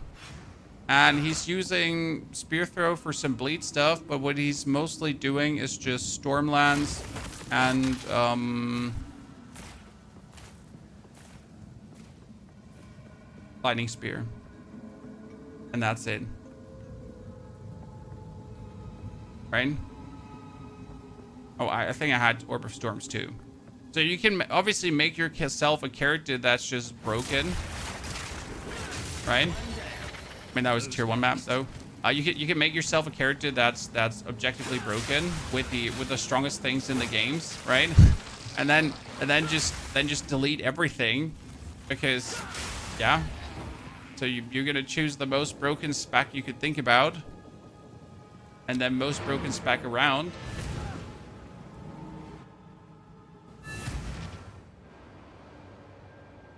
Cookie Monster, like, your argument is only for people that have too much time. Sorry.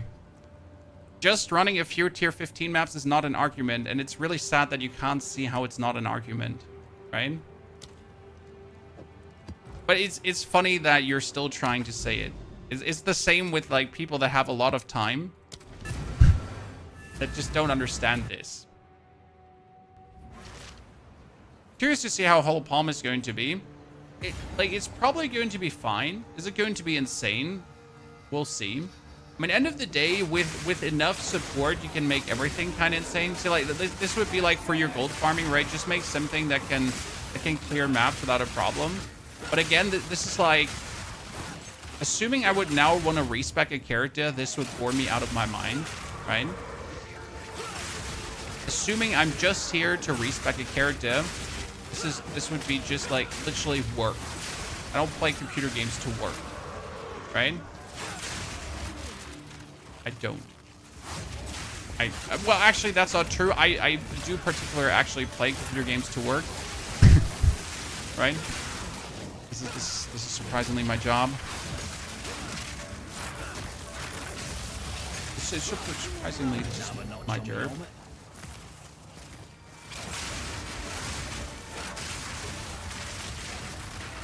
And I'm still annoyed by it. That should tell you something, right? I do actually have the time to farm. Still annoyed by it. I'll miss lightning. I'll miss lightning spear. I didn't play too much lightning spear right last season. I'll still miss it. Like for the time that I played it, it was fun. I enjoyed it, right? Didn't abuse it too much because I find like the most powerful builds to be mostly the most boring builds to play. But I can't deny that it is efficient, right? It was funny. That's why they nerfed it, Chad. Well, actually, they didn't ruin it. It's just weaker now. It's like far from being like terrible. It's just not broken anymore.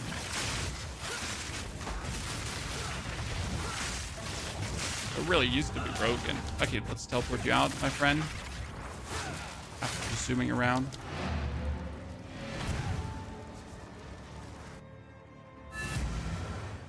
Do you play RPGs if you don't like to farm? Sir, that's again the wrong answer. It's crazy how there are people that will die on this hill that you need to farm to have fun.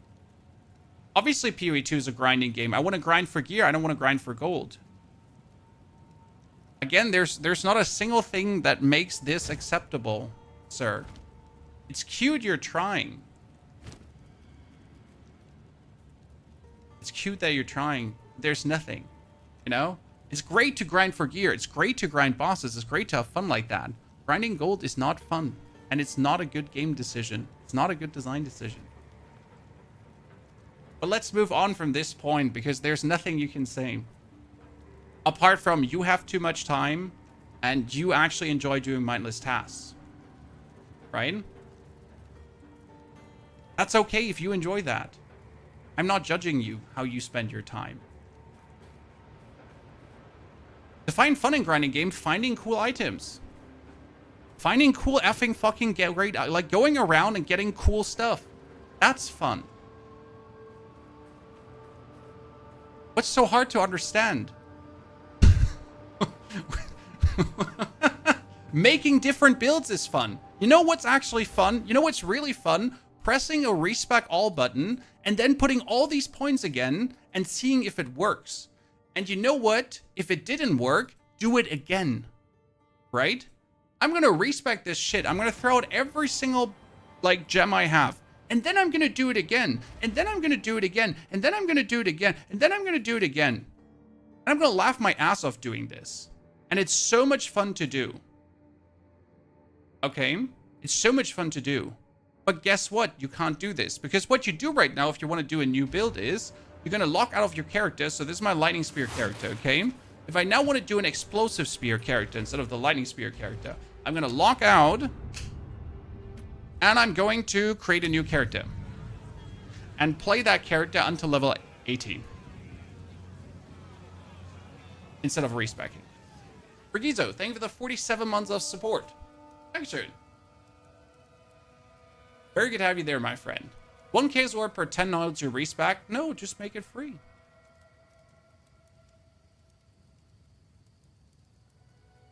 It means the game doesn't respect my time. Very well said, Mr. Azok. Not every grind is grind, sirs and maps. But I think most people understand what I'm trying to say. And then again, there are the people that have too much time and like being punished. I'm sorry. If you're in the category of too much time, that's okay. But don't try to punish everyone else, okay? So, where were we stuck? We needed to go back to our warrior. Yes, to the Titan. This is Zord. Thank you for the 6 months of support as well. This is Zord, Dankeschön. Happy to have you there for such a long time. It's called grind. It's not called grinding gear games for nothing. I thought it had something to do with the grinding gears. Ah, damn it. I was fooled again by the graphics in the game. Is there anything to increase fire damage for the Fissure? And do you actually have to increase fire damage for Fissure?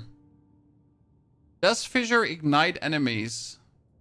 Can Fissure ignite enemies?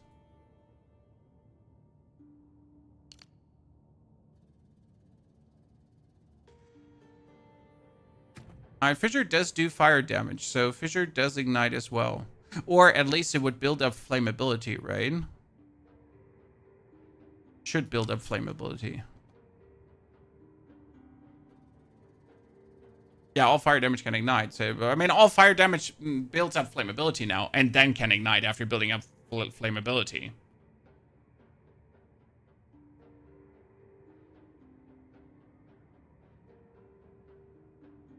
Do you really want to play warrior, but you think it's too much of a struggle?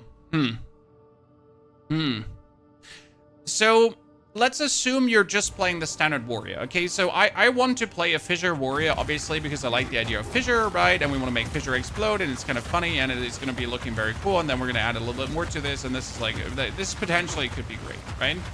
We don't know, but it could potentially be great. So, but let's assume you're just playing the standard Bone Shatter warrior, just going around in Bone Shatter. That will be vastly improved, because what changes in the next patch is that you can't miss. So right now, the accuracy rating is really harsh for warriors. If you're actually not playing resolute techniques, okay, you miss so much. It's actually surprisingly crazy. Like, you have like 99% hit chance if you start a new warrior, right? If you actually start a complete new warrior from the very beginning on, and you just walk up to an enemy, you have such a high chance for missing. It's crazy. And that's like big time change with the next patch. Like you notice this as soon as you enter the riverbank and you just walk up to your opponent with your auto attack, and you suddenly notice that every third auto attack is kind of like missing. And it's like, what the fuck? How is that possible? I'm glad to see another living. Now I would appreciate Right? How are you missing that much? And that's tremendously changed, though. That's not happening anymore in patch 0.3.0. Well, I mean, like, what do I say here? It's technically changed, and you should be hitting every hit finally instead of missing stuff, because they actually changed how accuracy works on the warrior. Which they should, because it's really fucking stupid that as a warrior, I have to worry about actually hitting an opponent that's close up. I mean, I'm in your face. I'm swinging my club, right? I shouldn't worry about an axe stat.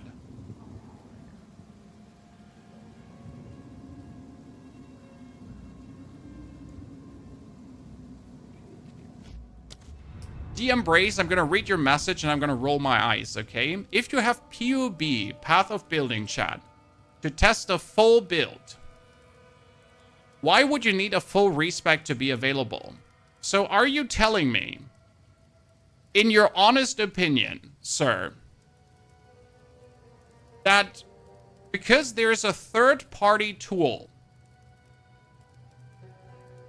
that has nothing to do with GGG, that's not an official third-party tool, that's not in the game, that I have to access by leaving the game, because that exists, that's your reason why free respecs are unnecessary?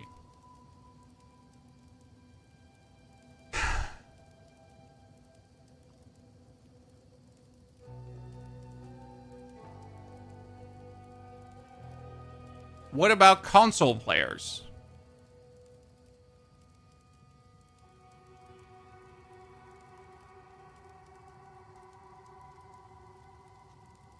Yeah, just learn a third party have more complexities than Exile at the game. I mean, sorry that I want to do things in the game. I apologize, right? I sincerely apologize that I would like to play a game inside of the game without leaving the game. I guess.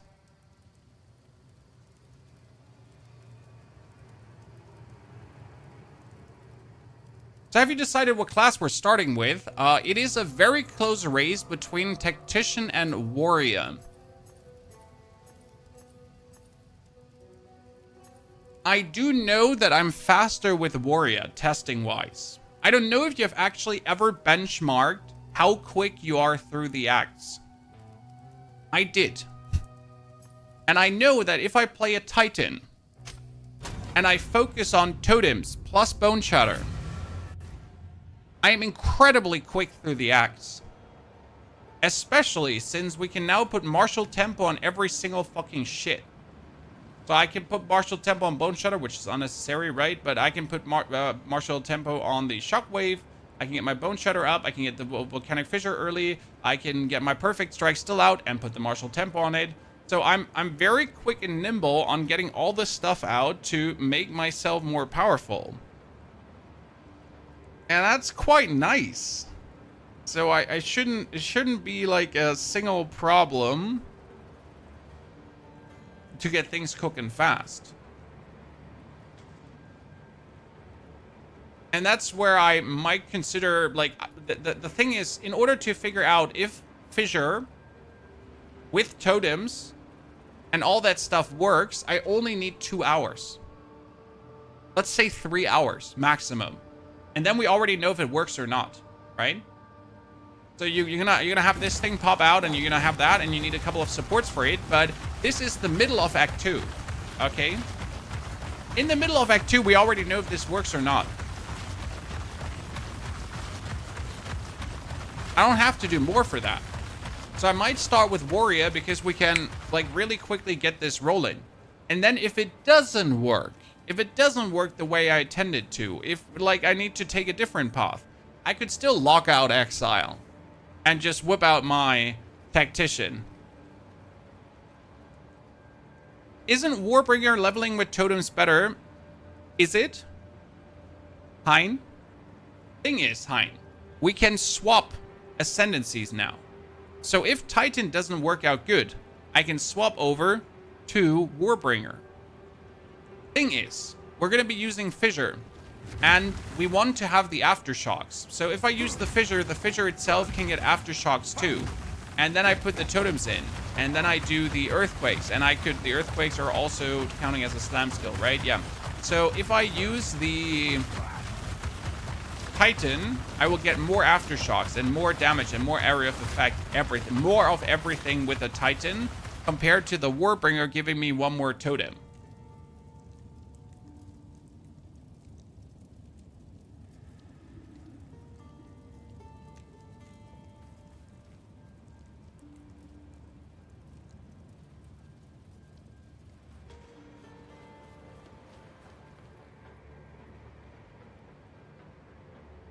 It's going to be a lovely build visually, but Twitch will struggle with the bitrate. I mean, if Twitch struggles with the bitrate, you just come over to YouTube where you can watch in beautiful 2K quality while the bitrate is absolutely holding up.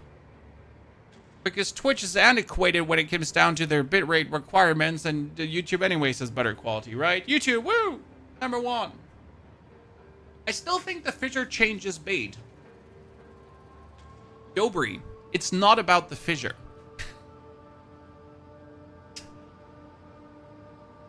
Come closer. It's not about the Fissure. The Fissure is just the prelude to actually playing the real interesting stuff, right? Fissure is only the start to the real fancy shit when we're gonna start making a bunch of volcanic fissures around. Volcanic fissures re-trigger when you slam them. Using a Warcry makes the hammer explode, making a bunch of volcanic fissures around. Volcanic fissures re-trigger when you slam them, so it's a great skill to make a flaming arena to fight a boss. also buffed Perfect Strike to have much larger area of effect, and changed Molten Blast to not always... So the idea is not to have the Fissure necessarily be the crazy skill, right? The basic idea is to have the Ancestral Cry together with the Fissures, together with the Spiral. Cry charges up with glory by igniting monsters, invoking King Kaum's favor. After you do, use it to channel Kaum's ancestral power. Every attack will be ancestrally boosted with fire. Your very steps will explode, triggering volcanic fissures, and molten balls will erupt from your attacks. So the basic idea is to just fuck everything up in the long run with everything.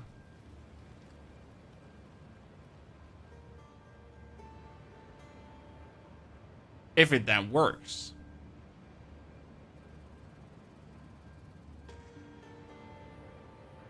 Do you want to start Blood Mage or Infernalist or Tactician? I wouldn't be averse to starting Blood Mage. Generally speaking, Blood Mage is going to be very interesting. In case you haven't seen the Blood Mage changes, Blood Mage is my number 3. Okay, guys? Right now, it is Tactician on 1, Warrior on 2, but it's really close, and Blood Mage on number 3. And the reason for Blood Mage being on number 3 is, in case you missed this, the Sanguimancy doesn't cost you points anymore. Okay? It does not cost you points anymore. Which means you start as a Blood Mage, you have Sanguimancy for free. It also creates life moments on hitting, not on critic hits, on hitting. Therefore, as soon as you hit Sanguimancy, you can put 2 points into Spell Critical Chance and Thunder the Flash, because Thunder the Flash and Gore Spikes actually change spaces. So you get this, and your Spell Critical Chance is instantly 15%. Boom. Or you could go for the Spell Leech instantly if you wanted to. But if you go for Thunder the Flash with Spell Critical Chance, and I think chat is saying this pretty nicely, you could technically mess around with Arc right away. This is my Detonate Death build. My Detonate Death build sadly doesn't work anymore. But yes, you could then technically right away mess around with the new Arc. Because obviously Arc now is a projectile skill, and you could then go for like maybe Arcing Blood Mage, Critical Strike, more projectile or storm shenanigans, potentially. And just arc the shit everything up. What I personally want to do with this character, I would like to mess more around with going for Bone Cage Bone Storm shenanigans, because I know that with Bone Cage Bone Storm you can do some bleed related heavy physical damage. Shabang bang. But I could never get it to work the way I want it to work. I just know that it's possible. I sadly just could never get it to the point.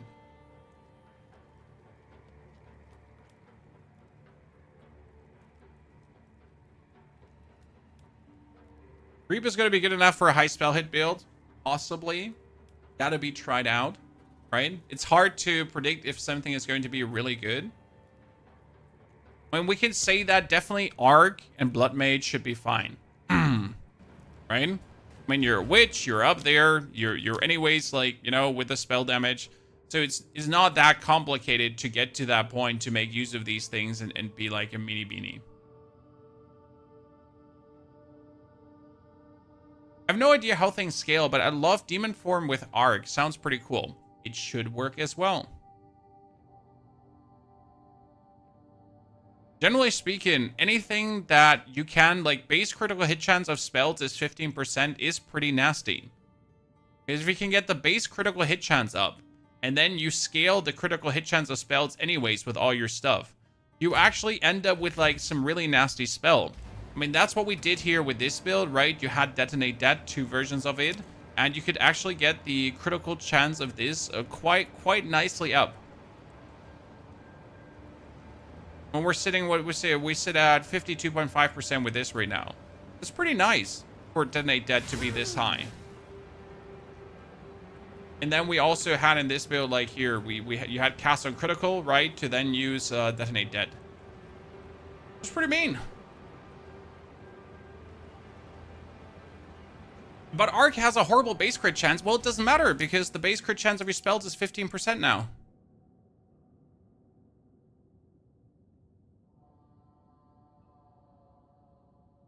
So it just gets replaced, Artanis. So if Arc has a terrible base critical chance of 9%, that just gets substituted for 15. Right? It's just 15 now.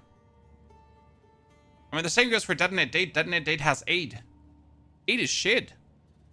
8 is ass. Like for 8, I'm not walking out of bed, but if you can put 8 to 15 right away, bam. Right? I mean, if I could get my Detonate Dead up to 15%, that means my Arc would also be 50%. Sorry, 50. So 15 to then 50 scaling, right? You sit there with a barrageable Arc that just goes out and goes and crits like crazy. And then you can use cast on crit for whatever. I don't know. To use comets. Or whatever you feel like. Right? Get yourself Orb of Storms automatically out so you don't have to cast them anymore. Are you going Blood Mage in 0.3.0? Blood Mage is for like a second project. Second project. It's definitely between Tactician and Warrior right now. The problem is, I know that people will like whatever I play, if it's Tactician or Warrior. If I play Tactician, people are gonna say, but my FPS because of grenades. If I play Warrior, people are gonna say, but armor is shit. And my FPS because of all the fire.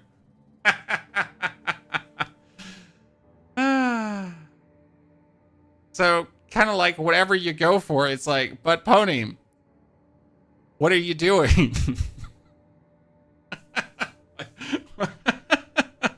I'm sorry. We all know it's like whatever you do, it's like it's gonna be something that's gonna be wrong, right? Endgame is anyways on my FPS. I gotta say, just recently, in case you have problems, I play on a 9070, but I before that had a 7900, so anyways good. But turning on FSR, at least in my case, because I don't have DLSS, turning on FSR has helped a lot. I run it on quality, sometimes on performance, but it does help tremendously with any FPS impacts, right? That's been nice. We also turned on dynamic culling and put the target frame rate to 120. And I pretty much don't drop below that ever, no matter what I do. Okay. What kind of CPU do you have? I also have a 90 series CPU. So 9700, I think it is, right?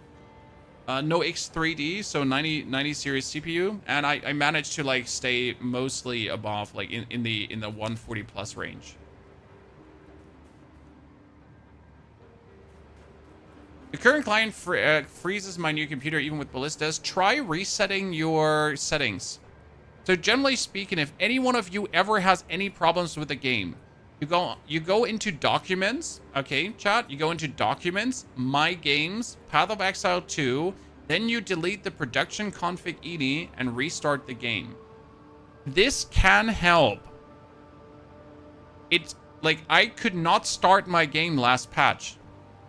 I couldn't start it anymore. I had to delete this and suddenly I could start the game. What are your thoughts on the new Chaos Bolt with Wither? I haven't actually read through Chaos Bolt changes yet. So what changed about Chaos Bolt? Chaos Bolt granted by Withered Wand now inflicts 1 to 3 stacks of Withered for 4 seconds on hit at gem level 1 to 20. Is that what you're talking about?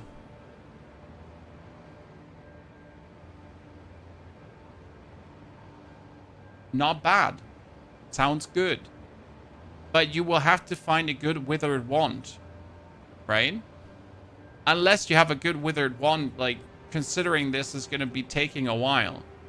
Because you're either going to have, like, an inefficient Withered Wand just to keep the Withered, or until you have a good Withered Wand, you're not even going to play it. I mean, does it hurt to get stacks of Withered that easy? Absolutely not. Right, Darkness? So if you get a good Withered Wand with a Chaos Bolt, it could potentially turn out very nice. What I'm interested in to see if the new Cluster Grenade could be good. Chad, have you looked at the new Cluster Grenade? I've never actually used Cluster Grenade because it's bullshit. Let's go back to the Tactician.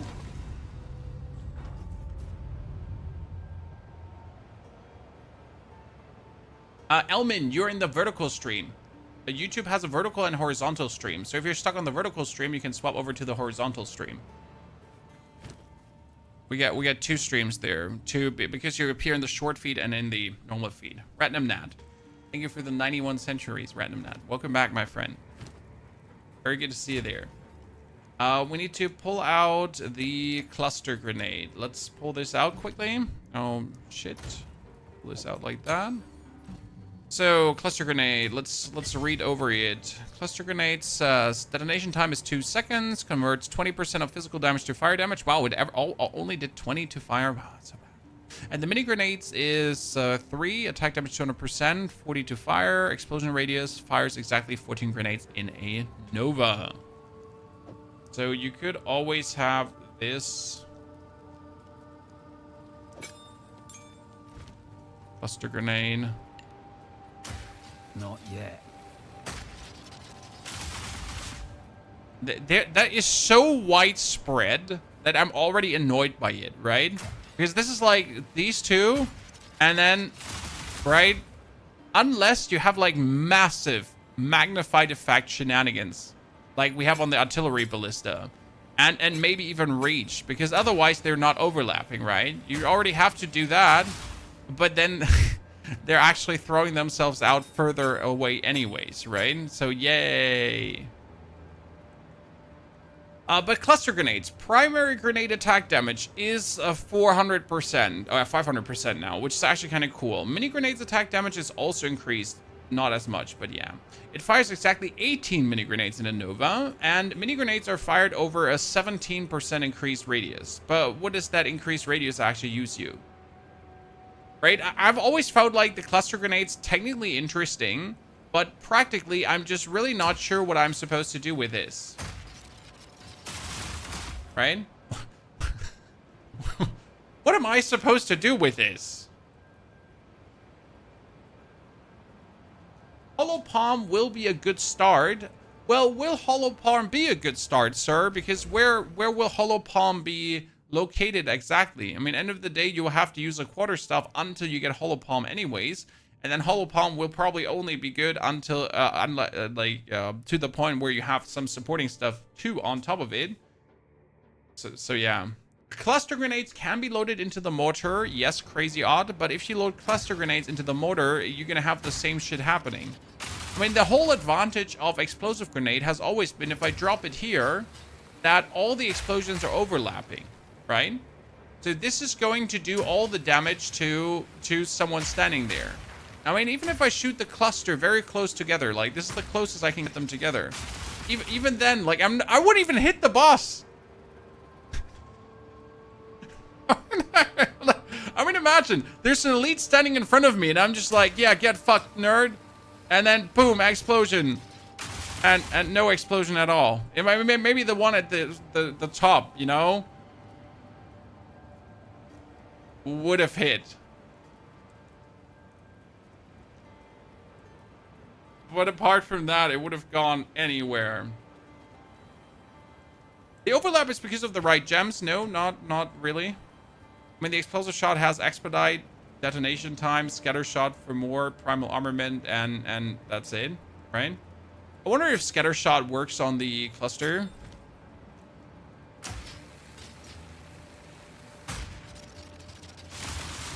Yeah, so more shots that don't hit. I mean, okay, so let's be fair for a second. The main damage of the cluster grenade should be the first explosion, right? Chat. So you have the mini grenades, they're just supporting damage. If we're going back here, so it says that the primary grenade attack damage is now 500% instead of 327. So technically, that's that. Will concentrated effect help? It's a good question. Let's figure it out. I mean, I'm not averse to trying to make cluster grenade a thing on the totems, right? I'm not saying no, right? So you got more area damage, less area of effect. I wonder if this is also minimizing the size of the explosions, though. You're gonna shoot this out. This would somewhat help.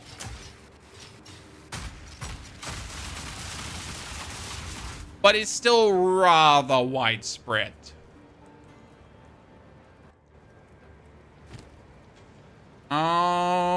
We need a support gem.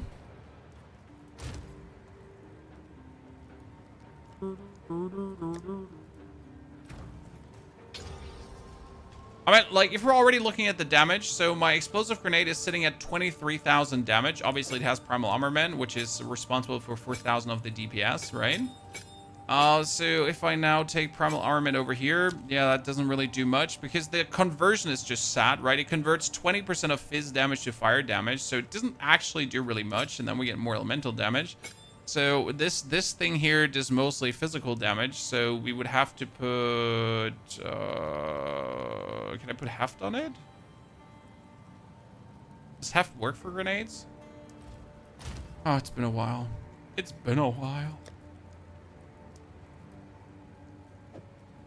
Shouldn't work for a grenade, should it? Actually, it didn't work for a grenade. No, we didn't have to say no. Yeah, more physical damage. Are you going to start a new character with the league? Oh, I'm definitely going to start a new character because I want to experience the abyssal fissure thingies.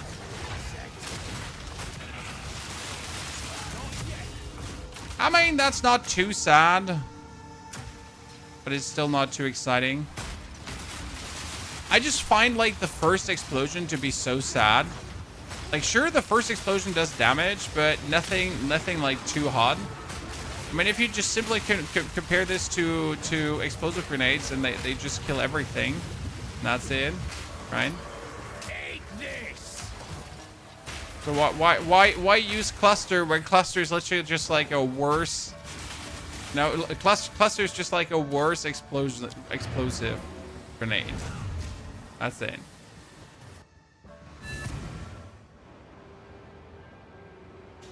What happens to your O2 stash when the new league comes out? It goes into the standard stash. So your Dawn of the Hun stash will move into your standard stash and everything will be available there. Okay? And if you start a new league, you finally have everything empty. So I'll be having to reorganize my shit here, actually, because I don't know, my stashes are a bit of a mess. So I gotta rethink and I gotta reorder stuff and we'll see like how my actual stash is looking right now. I think it's looking ugly currently. Maybe slower projectile speed makes them spread less. Slower projectile speed definitely makes them spread less. But even then, it's sad. So it just comes down to it's sad.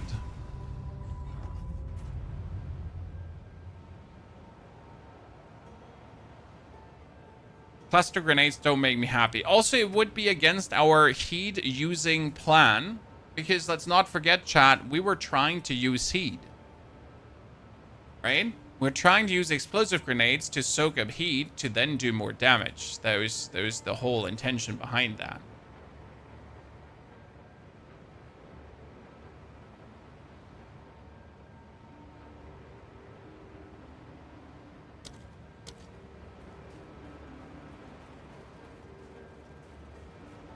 How do you switch our premium tax tabs to the new auction stash? I haven't figured it out yet. Well, I think you can't do that until the patch is out, sir. Are you going to play Warbringer this season? We are still in a pinch here, and we could not form a decision, but we also don't have to form a decision. So let me, everyone, I want you to please calm down and grab your titties right now, okay? Because you should not forget one very, very, very, very important thing. I will most likely start with a Titan, and the main reason I'm starting with a Titan is for the bonus slams, okay? That being said, I might also start with a Warbringer for the bonus totem. Now, don't forget that you can swap Ascendancies. How do you swap an Ascendancy for the people that have never done it? My character currently has 6 points.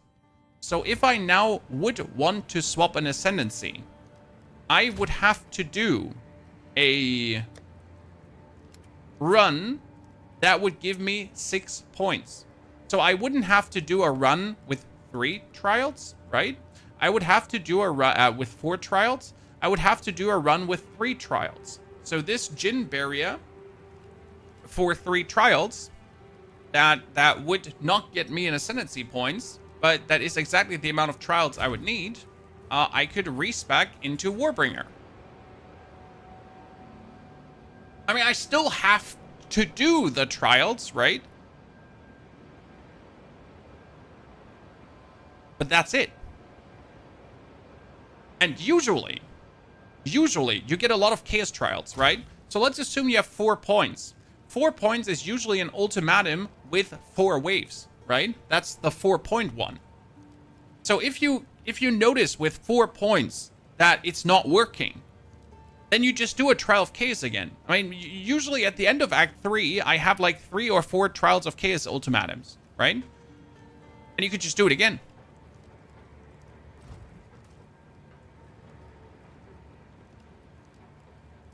I'm starting Witch Hunter. Crossbow get buffed again. It's going to be nuts. Yes, crossbow feels very good. I'm not necessarily sure if you should start Witch Hunter, but again, same goes for Witch Hunter as for Tactician, as for Gemling Legionnaire. You can just swap between them.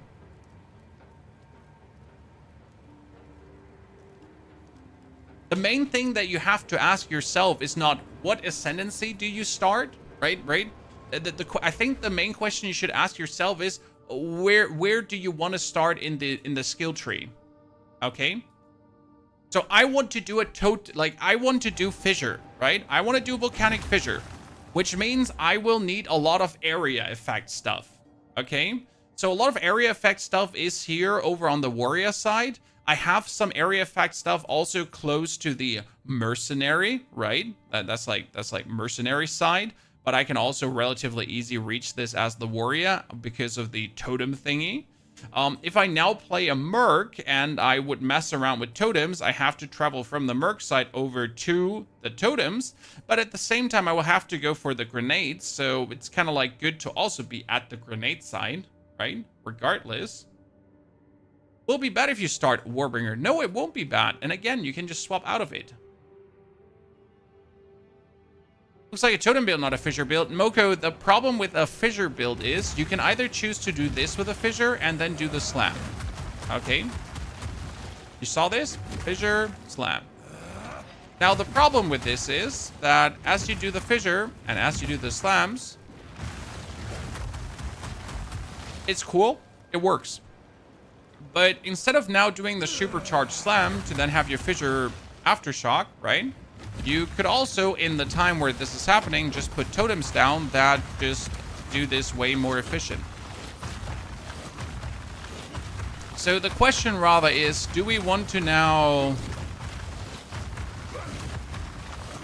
hit the fissures ourselves, less efficient, or do you want to have the totems to do this for you better?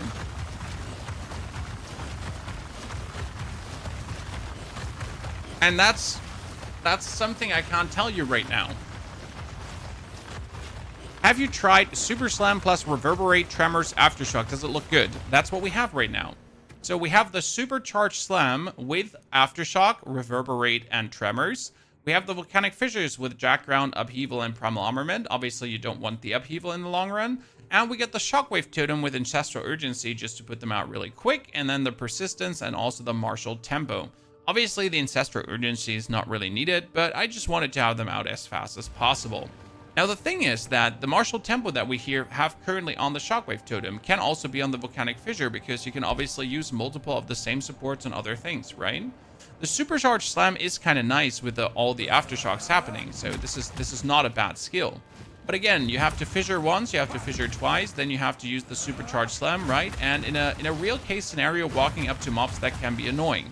Especially as we still also have to throw the hammer. So let's not forget that you would actually throw the Forge Hammer first, and then you would walk up to the Forge Hammer and you would explode it, and then you would start slamming into the Forge Hammer to have the fire of the Forge Hammer go out, and then you would also finally use the Supercharged Slam, which makes it obviously better to throw your hammer, and let's simulate the hammer throw. Then you would explode the hammer with your cry, and at the same time you would already have the totems actually exploding the fissure of the hammer, and then you would add the bonus fissures to it, and it would go crazy.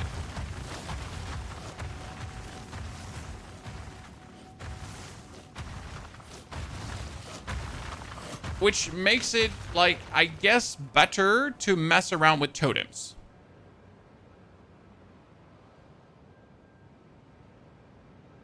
Has the game released yet, or is it still in early access? It is an 0.3.0 early access, but you get a free weekend this weekend.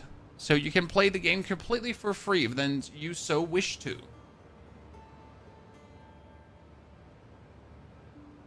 Have you tried Stampede, sir? My problem with Stampede, he says, is the same again as with Supercharged Slam. Stampede might or might not be fine. But again, you need to stampede around, right? Instead of just doing this. So right now, it all comes down to the totems just making the fissure go the hardest. Right, this is just the most fissure explosions we can get. Now, I don't actually know how much damage we really will get out of fissure explosions, and if that's actually going to be worth it in any way. You can disengage from Stampede mid-run. You might be able to do that. I need to go for the doorbell.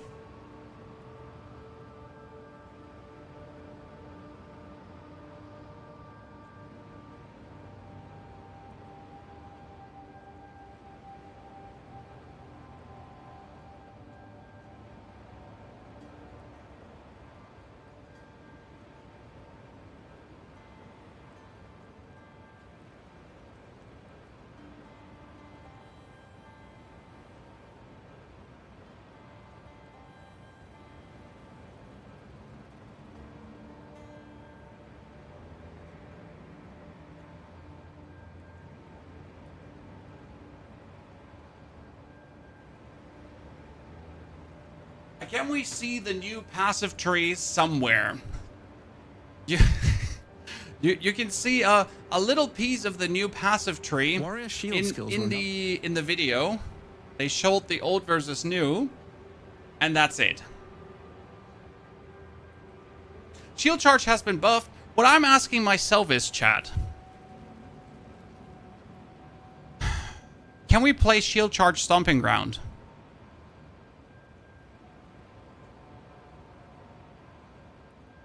Chat, listen. Listen, chat.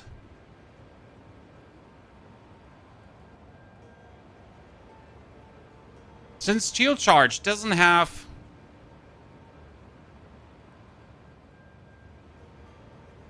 a cooldown anymore, could we play shield charge Stomping Ground?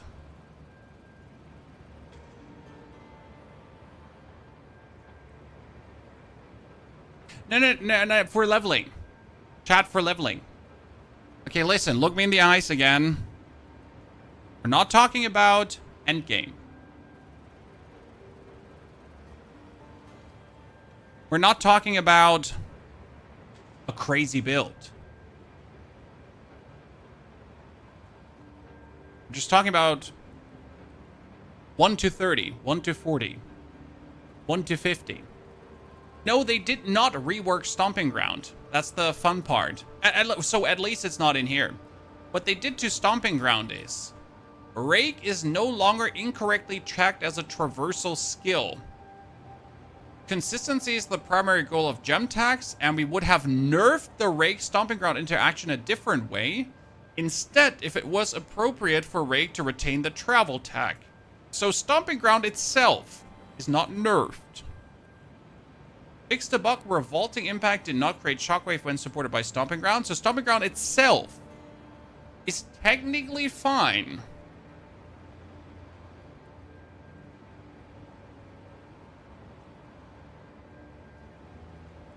Stomping Ground and Vaulting Impact. Yeah, I never looked at Vaulting Impact. I just looked at this. Fixed bug where Vaulting Impact did not create Shockwaves when supported by Stomping Ground. What is Vaulting Impact? Is that a skill or is it a support?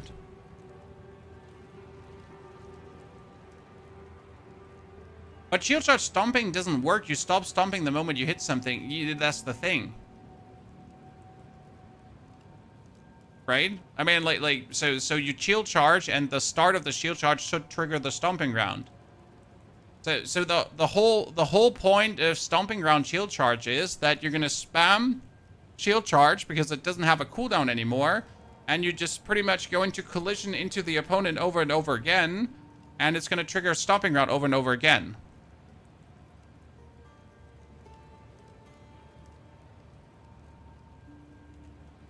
So that's the idea. By the way, what was Stomping Ground? So for the people that miss Stomping Ground, okay? Stomping Ground is the thing that says, trigger a shockwave when you take a step while using supported skill. This was used with Rake to rake, and do things. And since they now have Shield Charge... Do I have Shield Charge? Since now Shield Charge does not have a... I need to make a Shield Charge. Since now Shield Charge currently has cooldown. That means if I'm trying to use Shield Charge, it looks like this. Right? You do Shield Charge, and then you gotta wait for the cooldown. And then you use Shield Charge. So if you would now equip Stomping Ground on the Shield Charge... Where's Stomping Ground? Did I not take Stomping Ground with me?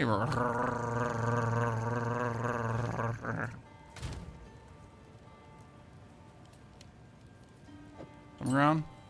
Fast forward. No, Second Wind.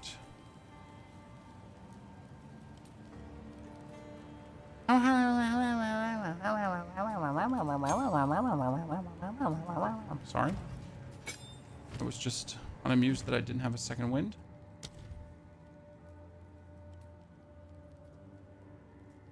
Can I use Second Wind on that one?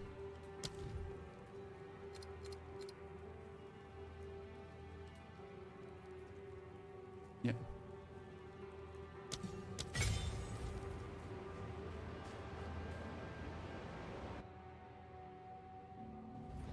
So the base question was, if I charge into someone like this, right? I trigger Stomping Ground twice. Which obviously here, like at this level, it doesn't do enough damage. But if we would be looking at like me running around in here in Act 1 rule in the Grellwood area, right?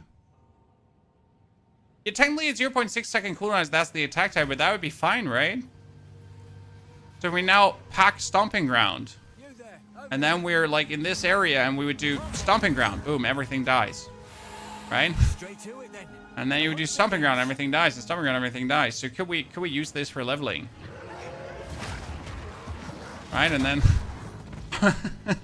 I would find it incredibly funny with like it not having a cooldown. It'd certainly be a nice way to level. And the thing is, so let's assume this works now for a second. Okay, Chad? So let's assume that Stomping Ground plus Shield Charge would work because of the no cooldown thingy. You could do this on a Merc and a Warrior. So both are possibly working this way. And you could still use Bone Shatter, right? What you could actually do is you could say that Stomping Ground, like you can't stun people with the effect and then use Stomping Ground, right? Potentially. Now you could just spam it away. Vaulting Impact. So wait, let me look at Vaulting Impact because I've just literally never looked at the skill. You're saying it's a monk skill, right? So Vaulting Impact. Boom, there we go. All gems, Vaulting Impact. Vaulting Impact is a tier 3 skill. It requires intelligence and dexterity. Okay. I need to see the skill. My monk.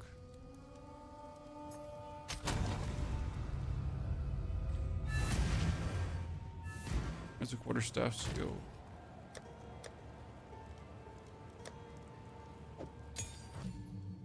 Okay, Vaulting Impact. Vaulting Impact is an effective tool for closing in on enemies and stunning them. If enemies are dazed, then it stuns them even more effectively. Vaulting Impact is an effective tool for closing in on enemies and stunning them. If enemies are dazed, my problem is right now is the like where the vaulting impact starts closing in on enemies with the stomping ground. If enemies are dazed, then it stuns them even more effectively. Vaulting Impact is an effective I feel like tool the for shield closing in on charge should be enemies faster. and stunning them. If enemies are dazed, Right? Should be faster. I can't check it right now because it doesn't work. The fixed a bug where vaulting impact did not create shockwaves when supported by stomping ground. Like, see, I can't test it. Right?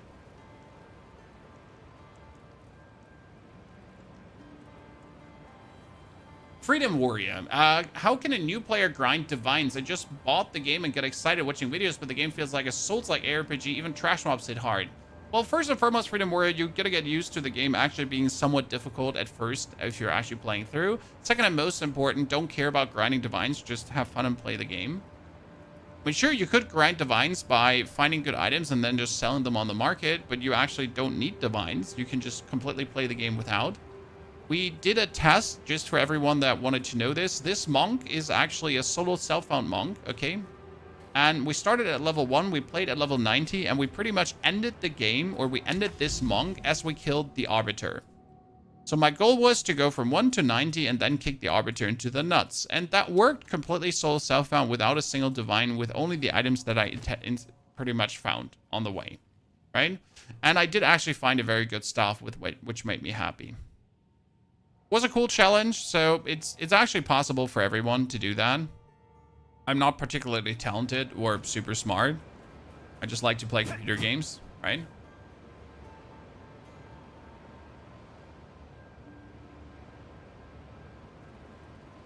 Ah, yeah. See, like, let me do vaulting impact. That's actually a good point to see how it feels. So vaulting impact. Instead of Grim Feast, because Grim Feast doesn't like. Didn't they want to remove all Grim Feasts anyways? I need a martial tempo, and a concentrated effect potentially.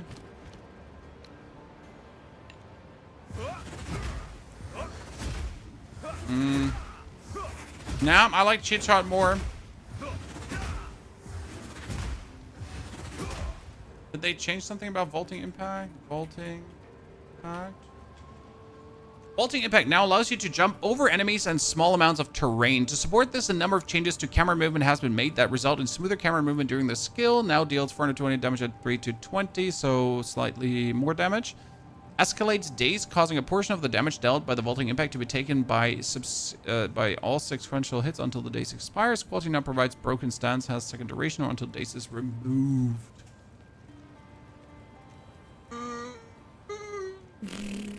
Nah. I mean, well, what do you say, Chad? What do you like more? This or shield charging with no cooldown? I mean, I like that you can influence the impact by moving your mouse, right? So, it's fun. Surprise! You didn't see this coming? Well, surprise! I hit here. So I can jump to the right, but I can hit to the left, right? So you're hitting down and you're hitting up. You know, I'm hitting to the right.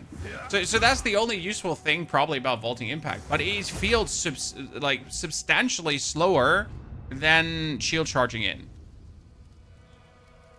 Can shield charge have martial tempo?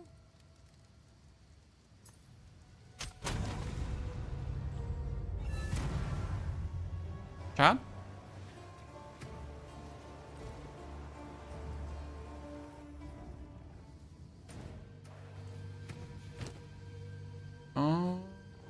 Shield charge has attack time 0.44 seconds.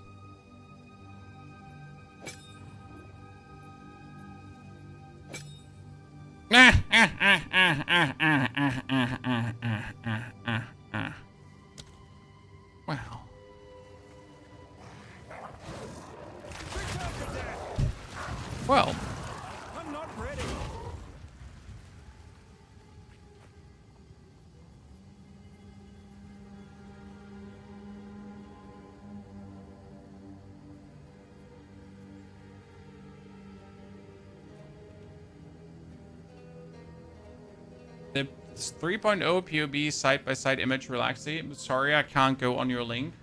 It could be a ginormous penis.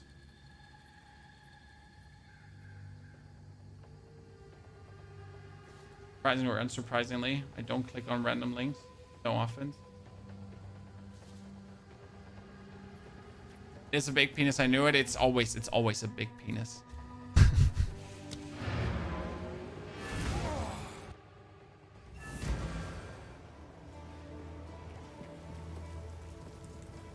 So yeah, there is like shield charge should work. What are they saying about shield charge? Jonathan, talk to me.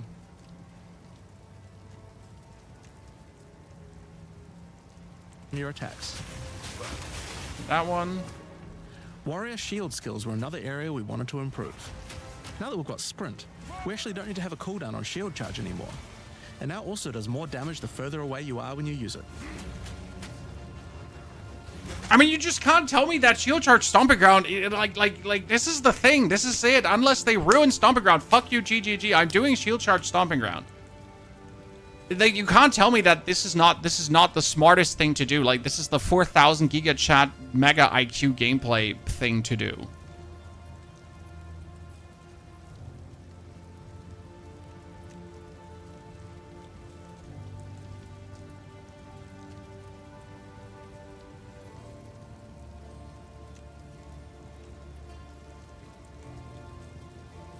At least for leveling. At least for leveling. Right? It's like, the thing is, it's not that warrior leveling is any hard. Okay?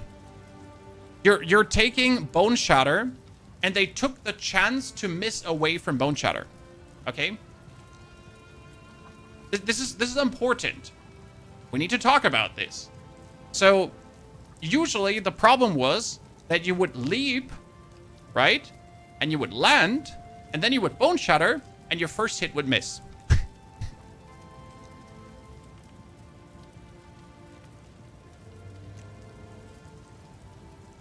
And that was shit. But that can't happen anymore.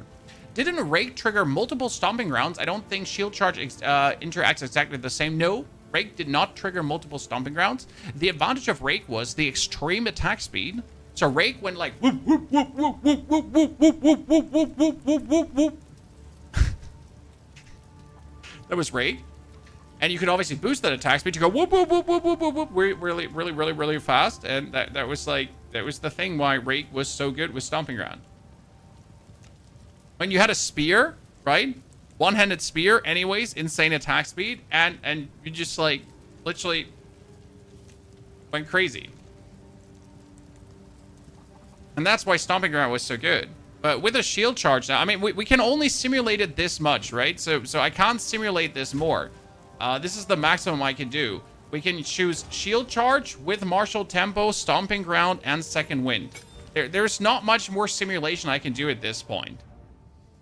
Right? We can waltz up to someone. And I only have 376 strength and my multipliers are not working, but I can do like the double-double, right? And then I just have to wait for the shield charge cooldown to be up again. So I can do the double-double. But this should be working plenty fine against elites to allow me to really do it.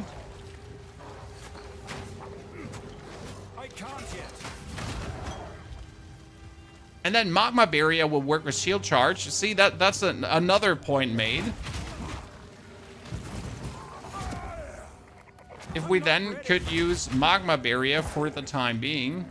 I gotta wait for my shield charge to be there. Right, but if I had like the shield, we would just overwhelm him.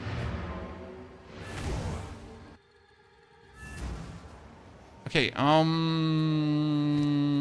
Magma Barrier is a spirit skill, right? I've actually never used Magma Barrier, so I need to ask the stupid question. Magma Barrier. Okay, raising your shield, infuse it with magma for 0.5 seconds. Gonna perform a magma infused block for 0.5 seconds after magma dissipates. So what we're saying is, so Herald of Ash, how soon can you get Magma Barrier?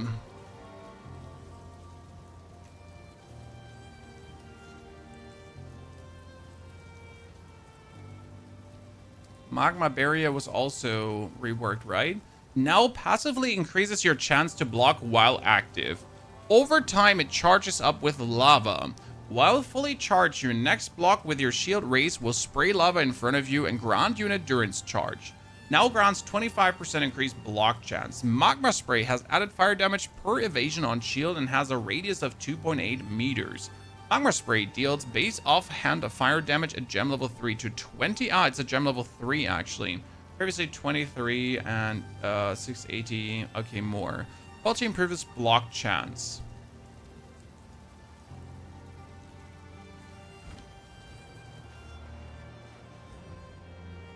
So what you're saying is, if I now like shield charge into people, I'll magma barrier. Where's my magma barrier, chat? Where's my magma barrier?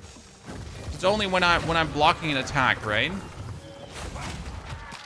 Yeah, they have to hit me, but what if I kill them right away? That's a problem. Sir, that's a problem. It will work against bosses probably, right? Instead of timing, it just appears every 8 seconds.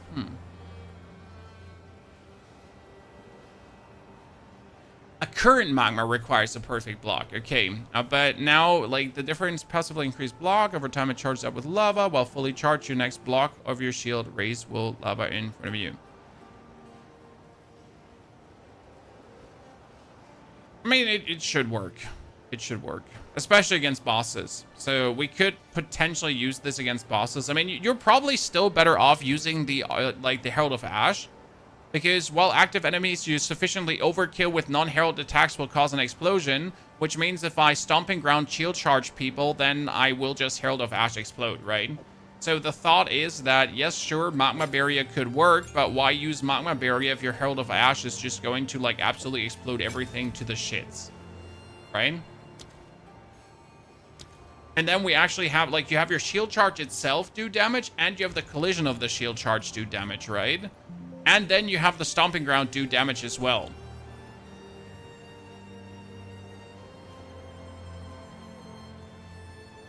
I mean, it should work.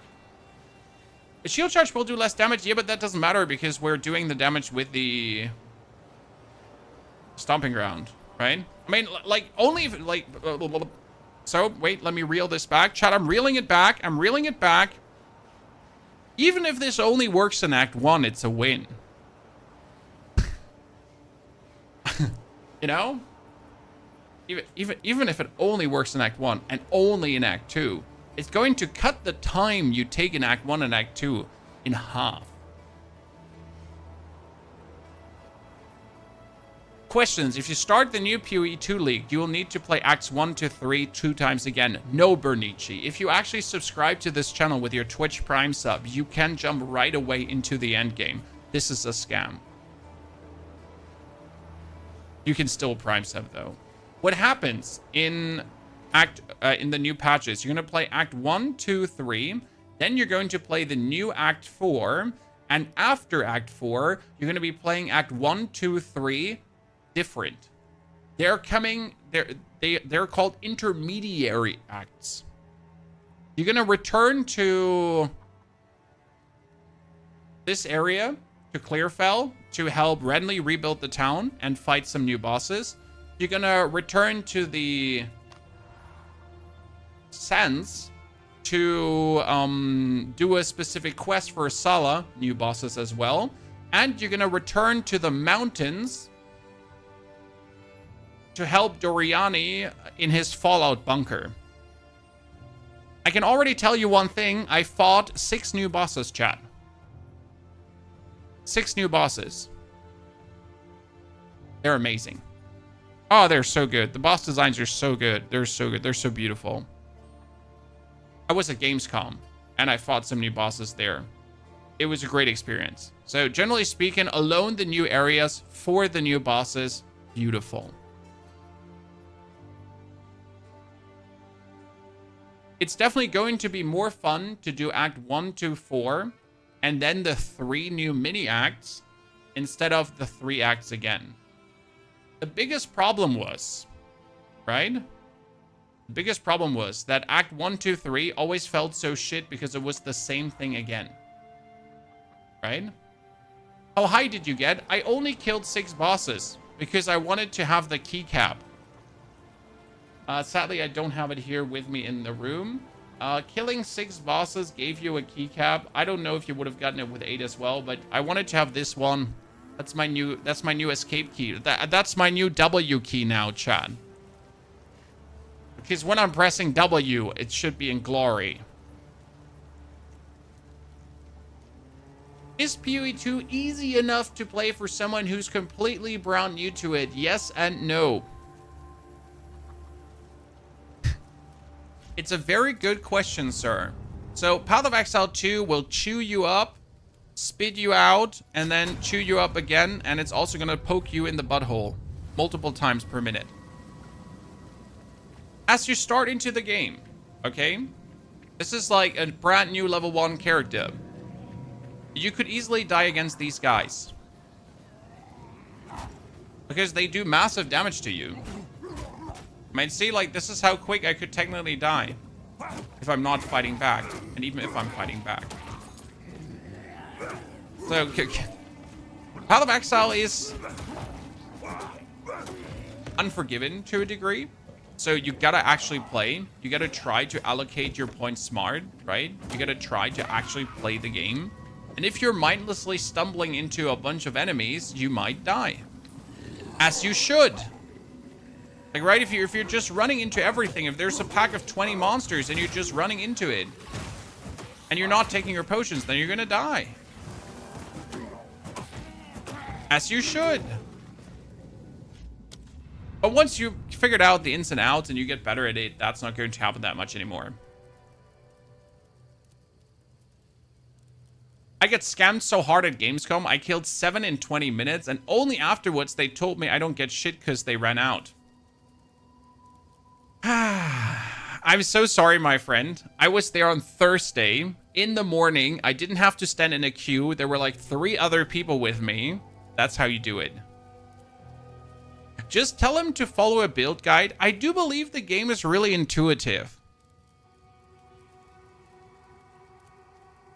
I do also believe that not following a build guide might make the game less fun, depending on what kind of gamer you are. Right?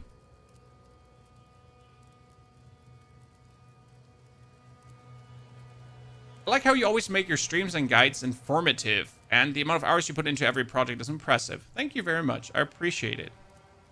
If you already finished first 3 acts before, is there any way to skip them completely? No, sir. And you should not want to skip the acts. Okay? The reason why we're starting from the beginning again, Flamebird, is because we're getting the Abyssals. Where are the Abyssals in the video? Where's the Abyssal shebang bang? So the new league, hi Jonathan. Thank you for showing your face. All who travel there. Perhaps. So you're getting on top of like actual like the the Explore Act 4 and the 3 interlude acts. We're getting the new league, the Rise of the Abyssal. And the Abyssal are going to be like these fissures that are opening up, and you're going to be then having to fight off the shitters, right? I don't actually know where it was in the video, the Abyssal stuff. Ah, there's the Abyssal stuff, right? This is going to appear all the way through the world, and it's going to give you cool loot, and it's actually going to be quite fun to play through. So you kind of should want to actually, like, it's going to be a different kind of way of playing through as you experience that. I'm overwhelmed. It's only because I haven't played the game in a month. We will do one leveling 1 to 60, or at least 1 through Act 3 to get onto it again. So expect tomorrow, ladies and gentlemen. Tomorrow I'm going to play a warrior, and I'm going to also play a mercenary, and both are going to focus on just Act 1 to 3.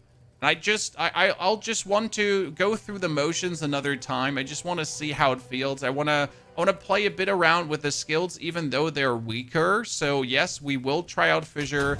We will actually probably play a little bit of Ripwire Ballista as well, right? just to kind of witness how good is it to play through. Obviously, we can't really use shield charge stomping ground, but we're gonna go through the motions another time just to vibe back into it. Okay, just to vibe back into it. Any chance to play dual wielding yet? Nope. You still need Giant's Blood to actually do dual wielding. How they balance the build variety. The build variety is definitely going to be higher. Generally speaking, if you haven't played in a while, they did a path over a lot of skills, and the intention was to lift up bad skills and also bring down 2 good skills. Generally speaking, the game should certainly be more balanced. They also made monsters more squishy. They made defenses be more defensy, so definitely surviving should be easier. For example, as a mercenary, you always had the problem that you had armor and evasion, and the mix was a bit shit. So technically focusing on one is better. But now we're going to get evasion, and we're going to also get deflect rating. So we're going to have armor lowering damage. Then we evade stuff that we couldn't lower. And if we get hit, we still have the chance to deflect, which also then reduces damage again. That gives us 3 layers of defenses as a merc, for example, now with armor, with evasion rating, and with deflect. And that's actually pretty damn cool. They buffed the Deadeye. That's not balanced to me.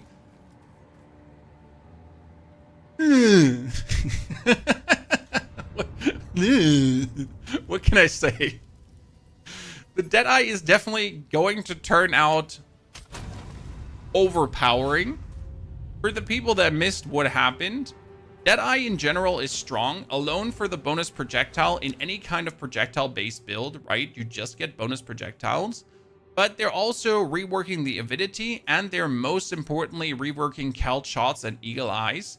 Because call shots right now says you can only you can apply an additional mark, but you're actually getting a new meta skill which will periodically mark enemies around you exceeding the mark limit, so you can mark as often as you want.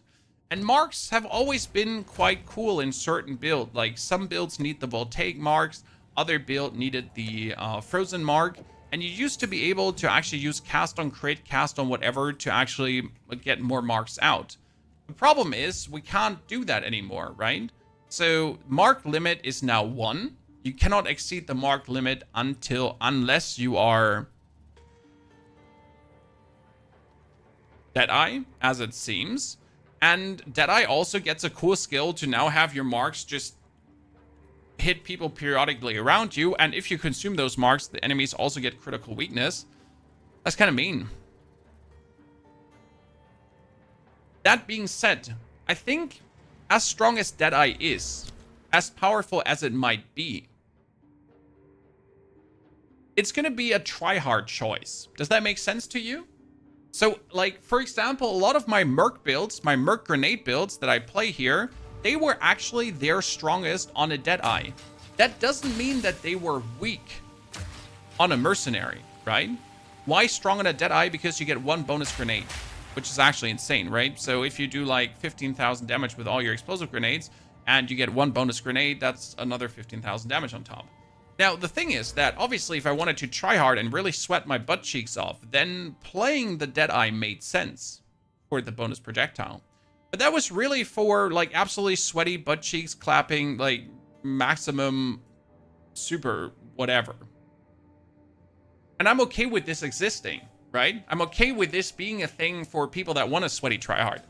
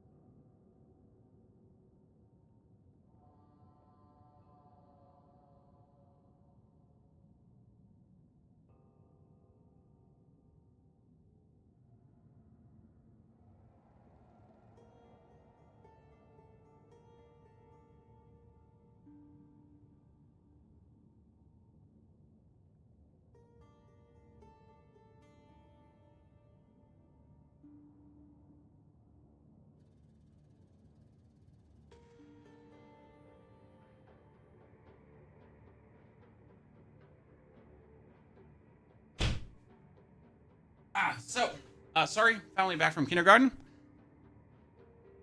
To come back to the thing, right? So Deadeye is strong. Yes, Deadeye is going to be powerful. But it's also like the whole thing with the marks and everything was usually for builds that require a lot of uniques, that require a lot of grind, that are very sophisticated builds, right? So it was never like the Deadeye is automatically better. It was only if you then used like a very thought out build that you got through trading. And that's where, like, if Deadeye turns out to be the most picked class for people that want to sweat, then that's that. That's fine.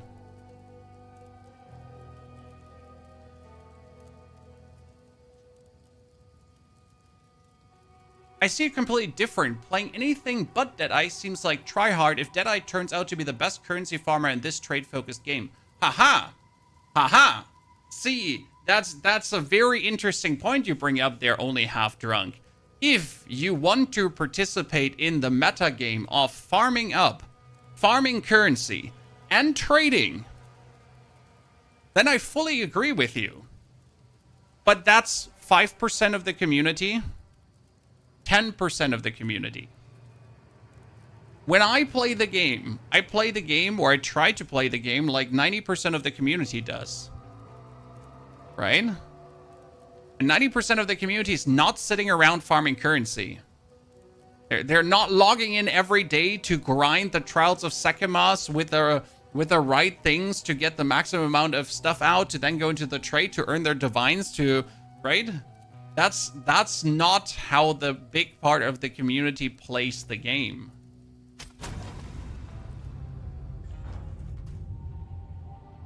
You gonna stream MSG Delta or Lost Soul Aside? No interest in MGS Delta, but interest in Lost Soul Aside, but probably no time.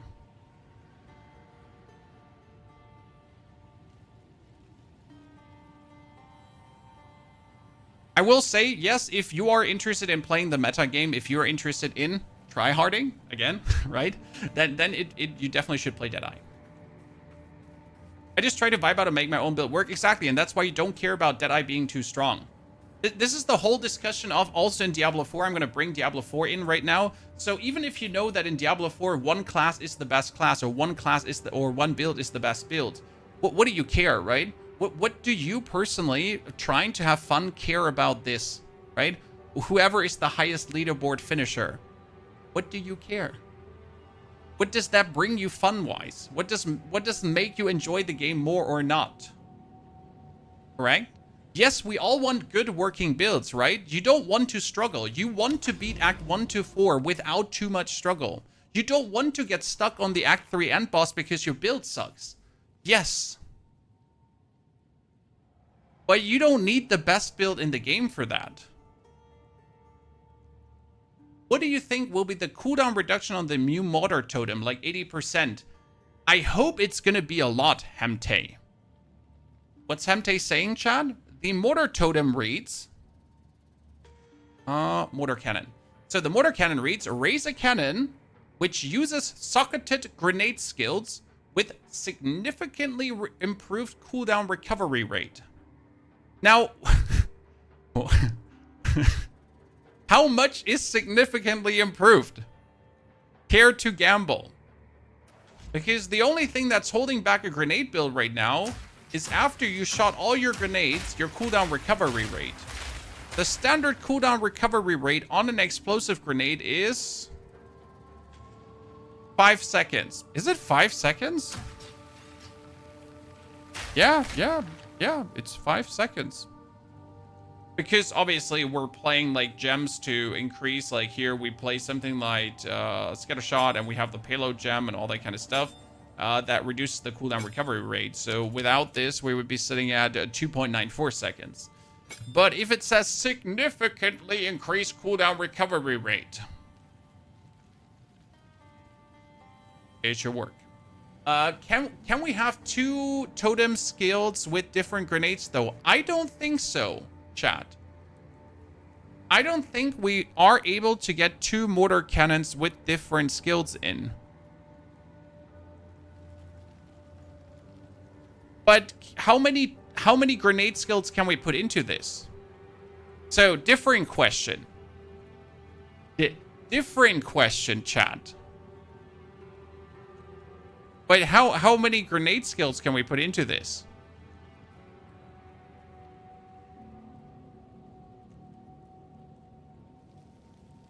It says use a socketed skills. Why only one? It says it uses socketed grenade skills.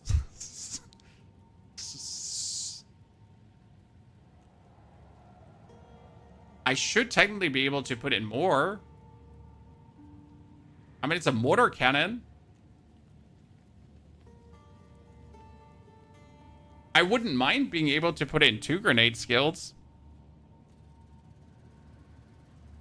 This launch is going to be wild for theory crafters. It's going to be wild for everyone. It's a very good launch. I mean, if you compare this launch right now to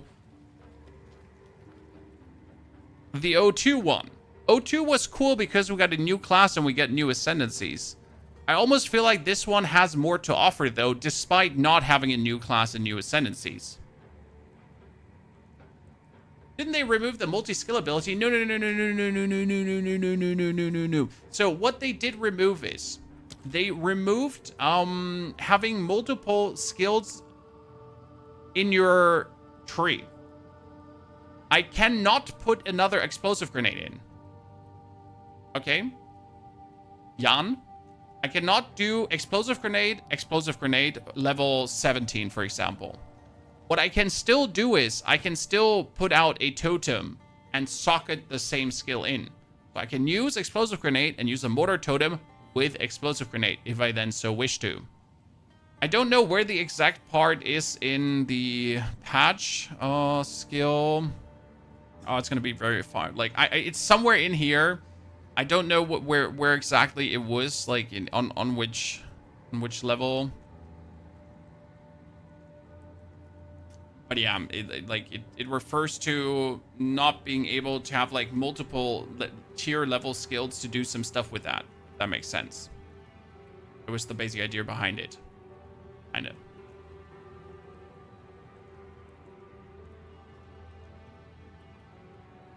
And yes, I will definitely want to use the beautiful mortar totem with things socketed into it. Since you played both Diablo 4 and PoE 2, which one is better? Both are great. Jonathan. I mean, sometimes I want to sweaty tryhard. I mean, you can see how much brain power it needs to actually create a good build here, especially with a passive tree to go through all the notables and everything.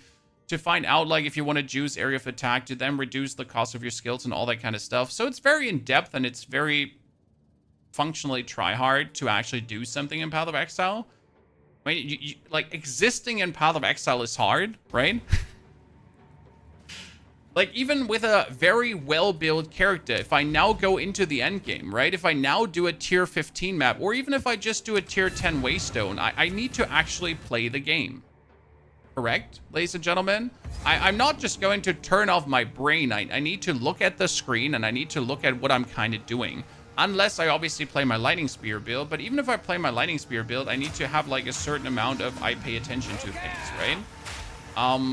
And that's good, I guess, because that's a playstyle you sometimes wish to do, right? Obviously, my artillery playstyle also allows me to be a bit more no fucks given because my artillery just delete everything. So that's why I like to play this build, by the way. So yeah, that being said, like when you're then playing Diablo, it's more of a casual fun, right? It's more of a rise and grind and just blast through the game without like caring about all this thing. So I have relaxed, good entertainment with a certain level of difficulty as well.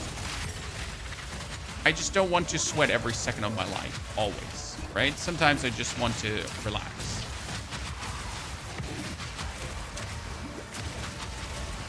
Do you think at some point you'll be able to skip campaign? No. Like, if you play Path of Exile, the campaign is the game. And I think it's good that way, personally. Because the campaign in Path of Exile is actually good. The bosses in Path of Exile are actually fun to beat. I have, like, so in my time with Path of Exile now, I've played through the game a grand total of 1, 2, 3, 4, 5, 6, 7, 8, 9, 10, 11, 12, 13, 14, 15, 16, 17, 18, 19 times. And I could do it another 19 times because there are enough interesting builds to do. Okay? And I love the power curve you get in the game. The interesting part about Path of Exile and going through the motions is that every playthrough is different because you always find different items, right? I've had a playthrough with my warrior where I was lucky enough to pick up a weapon early that gave me +4 ranks to melee skills. And I was playing totems, right? And I was playing totems. Amazing. Such a good feeling. And then I've had playthroughs where, for the love of God, I couldn't get a new weapon until certain acts, and it was like, what the fuck? And I had to make do, right? I had to find other ways to deal damage then. The playthrough always feels good, and I kind of like to benchmark every playthrough against each other, right? How much time did I take for this? How much time did I take for that? But the campaign is the game. The boss fights in this game are the game. The boss fights is what makes Path of Exile so fun and desirable to play. Obviously, in the endgame, at some point, you want to reach the point where you just shit on bosses, right? I don't want to struggle against a tier 16 boss right now, right? I want to go on this crypt map. I want to put in my 15 or 16 map. I want to have that guy be 17. Then I'm going to pump out my artillery ballistas, throw a few grenades, and I just want to see him die like there's no tomorrow. Big question for Tactician. Do we get both deflection and elemental reduction on hybrid? Yes, you do. So the elemental reduction you get from items, in case you missed it, there are items now going be with these modifiers. 12% armor also applies to elemental damage taken from hits. And there are nodes in the tree that also refer to this, which means you are able to actually get some elemental damage reduction, yes. And then on top of that, you are also going to get deflect. Now, I really need to read deflect again because I like did not read deflect at all, right? I just know it exists, but I actually haven't read correctly through it yet.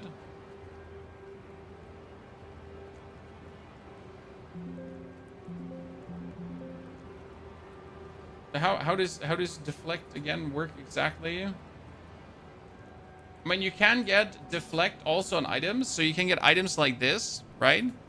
That say gain deflection rating equal to 20% of evasion rating. And then you have nodes in your board as well that say things like gain deflect rating equal to 6% of evasion rating as well. So these nodes exist too. And deflection is the new mechanic tied to evasion dex, similar to spell suppression. Deflection will be gained through armor modifiers and passive tree points, and deflection rating provides a chance to deflect damage from hits, preventing 40% of the damage from those hits and ailments they inflict. And as far as I understood, that deflection also can deflect area attacks. Okay? So it does not only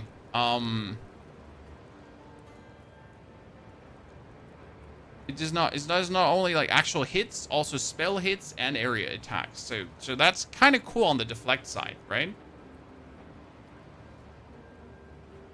I never had such a hard time picking a class. You really the one thing you need to look at right now is which cluster of classes do you want to play? So if you want to do a warrior, you'll have access to Titan and Warbringer. Smith of Kitava, let's ignore that, right? So since we can swap Ascendancies, you get 2 to choose from. If you go for Mercenary, you can do stuff with the Gemling Legionnaire, and you can do stuff with the Tactician, which also opens up totems. That's kind of nice. Whereas the Witch Hunter is okay, but so-and-so, right? For the Monk, you can actually do Acolyte and Invoker. Both are going to be fantastic. And for the Sorg, you at least have the Stormweaver and the Chronomancer, where Chronomancer is not too bad. I mean, at like Infernalist, you would also open your way up to 3 playstyles, right? So Infernalist might be one of the more intriguing things, as like Blood Mage is in a good spot, Lich is in a good spot, and also the Infernalist. All 3 are in a good spot. That's pretty nice, just so to think about. Nevid, thank you very much for your 60 months. Nevid, welcome back, brother. Hope you're doing well.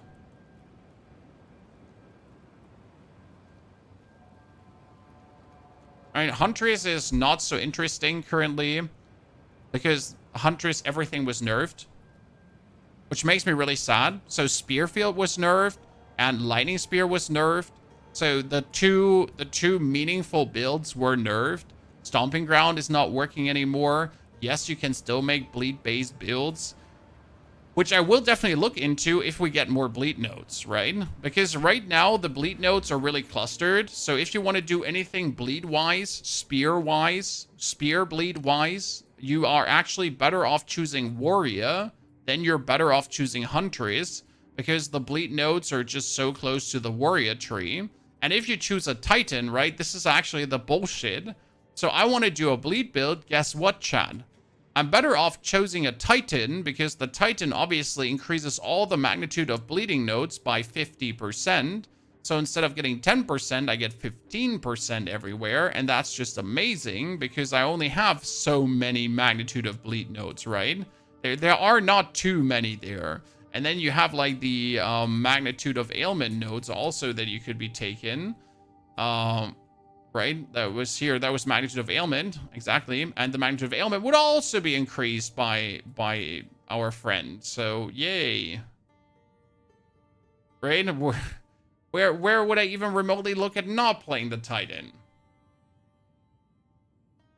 Gemling can already use extra support gems if they get something different. Yes, and nowadays, the amount of red support gems you have reduce your critical strike damage you would take. So no critical strike damage bonus. If you have more blue gems than red gems, you get more skill cost reduction. And more green gems has you not get any movement speed penalty from any skills. I'm torn between Monk, Acolyte, and Witch with Lich and change to Blood Mage later. I would probably start with Lich, because that is a safe playstyle. So going for like doing anything with the Lich and the Blood Mage is super safe. Where the Acolyte gonna be evaluated how well it actually turns out with a Black Flame Keystone passive and other shenanigans. I do think the Acolyte should turn out good, but I might want to wait for someone to go that way for me first, right? Titan could be bonkers with new clusters and reduced AoE sources in general. Guess we have to wait for data mine data. No, you don't have to wait for data mine data. We just play the game on Friday, right? My plan right now is more or less, I will log in on Friday evening. I will start with a Warrior, most likely. Then I will start with Titan, potentially swap over to Warbringer if needed. And we are going to focus on the Fissure-related playstyle. If that does not work out, we'll instantly swap to the Mercenary to do the Totem-related playstyle for the Mortar Cannon. And on Saturday, Sunday, you already have like your first guides regarding these things. That's at least the plan.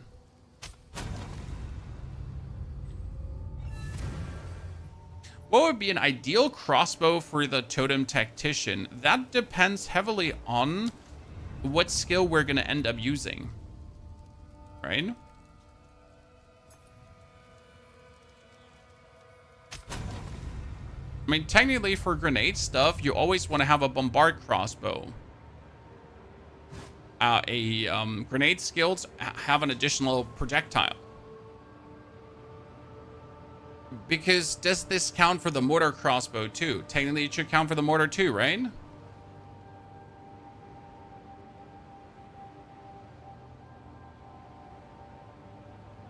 Minions will be good because minions can't miss anymore. That's really nice. Well, I will definitely put the Merc Totem build out, don't you worry. I mean, palm your face, we already have the Merc Totem build, so the actual Artillery Ballista Merc exists. This is an existing build, okay?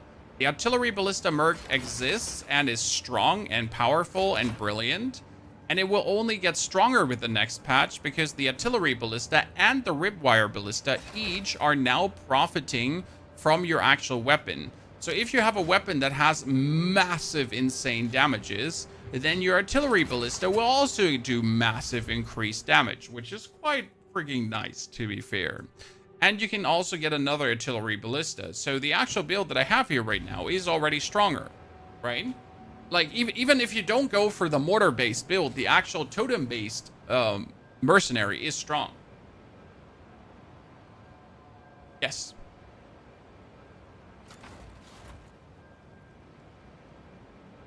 Hollow Palm with Monk is kind of bait. It's either going to be bait or great. Is that build on your channel? Yes. You can just enter a Ponyhof and artillery or Ponyhof or ballista, I think.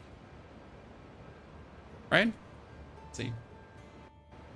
And we also have a playlist on the channel with everything, so just saying.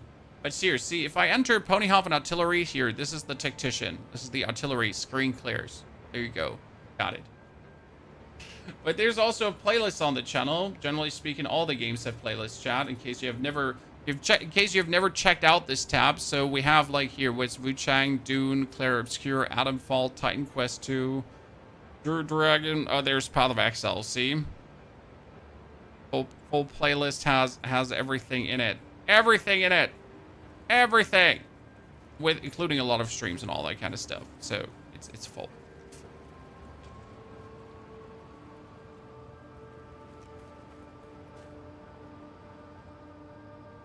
Minion Spectres will be something to learn throughout the patch. Exactly. There will be new monsters coming. There will be new things. And Spectres has always been so and so. I'll definitely play minions down the line. But I have to admit that Path of Exile is one of the few ARPGs where minions are not so exciting that I do want to play them 24/7. They were fun. I enjoyed them. It's not terrible. But the game has so much to offer that minions are really just like an afterthought, right?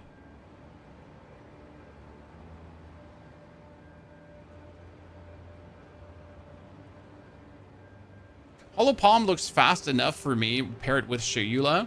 It's either going to be absolutely great, Charles, or it's going to be absolute shit.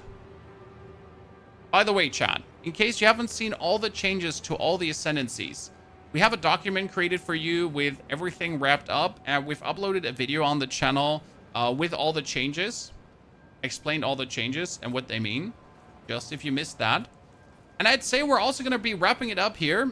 I think we did a lot of testing today with the Titan. Tomorrow, we will stream Path of Exile again, okay? And tomorrow, we're actually going to go through Act 1 to 3 another time, because we want to try out to play a bit with the Fissure already early in Act 2. So we're going to be playing around with Volcanic Fissure. We're going to play around with Shockwave Totems. I just want to do like another Shockwave Totem Bone Shatter leveling spree to see how that feels. And we'll also play a bit around with the Mercenary Tactician again. And we will try some Blood Mage shenanigans, but it's hard to pre-test that stuff. So tomorrow we're going to have some gameplay. We're going to answer more questions about the new patch you might have, okay? And I'll see you there. Until then, don't forget to watch the video. There's also a good video coming that's again wrapping together a lot of the changes that are coming with the next patch. I'm excited. I hope you're excited too. Don't forget to sub to find your way back, follow, and hopefully have a great, fantastic rest of your day. Take care.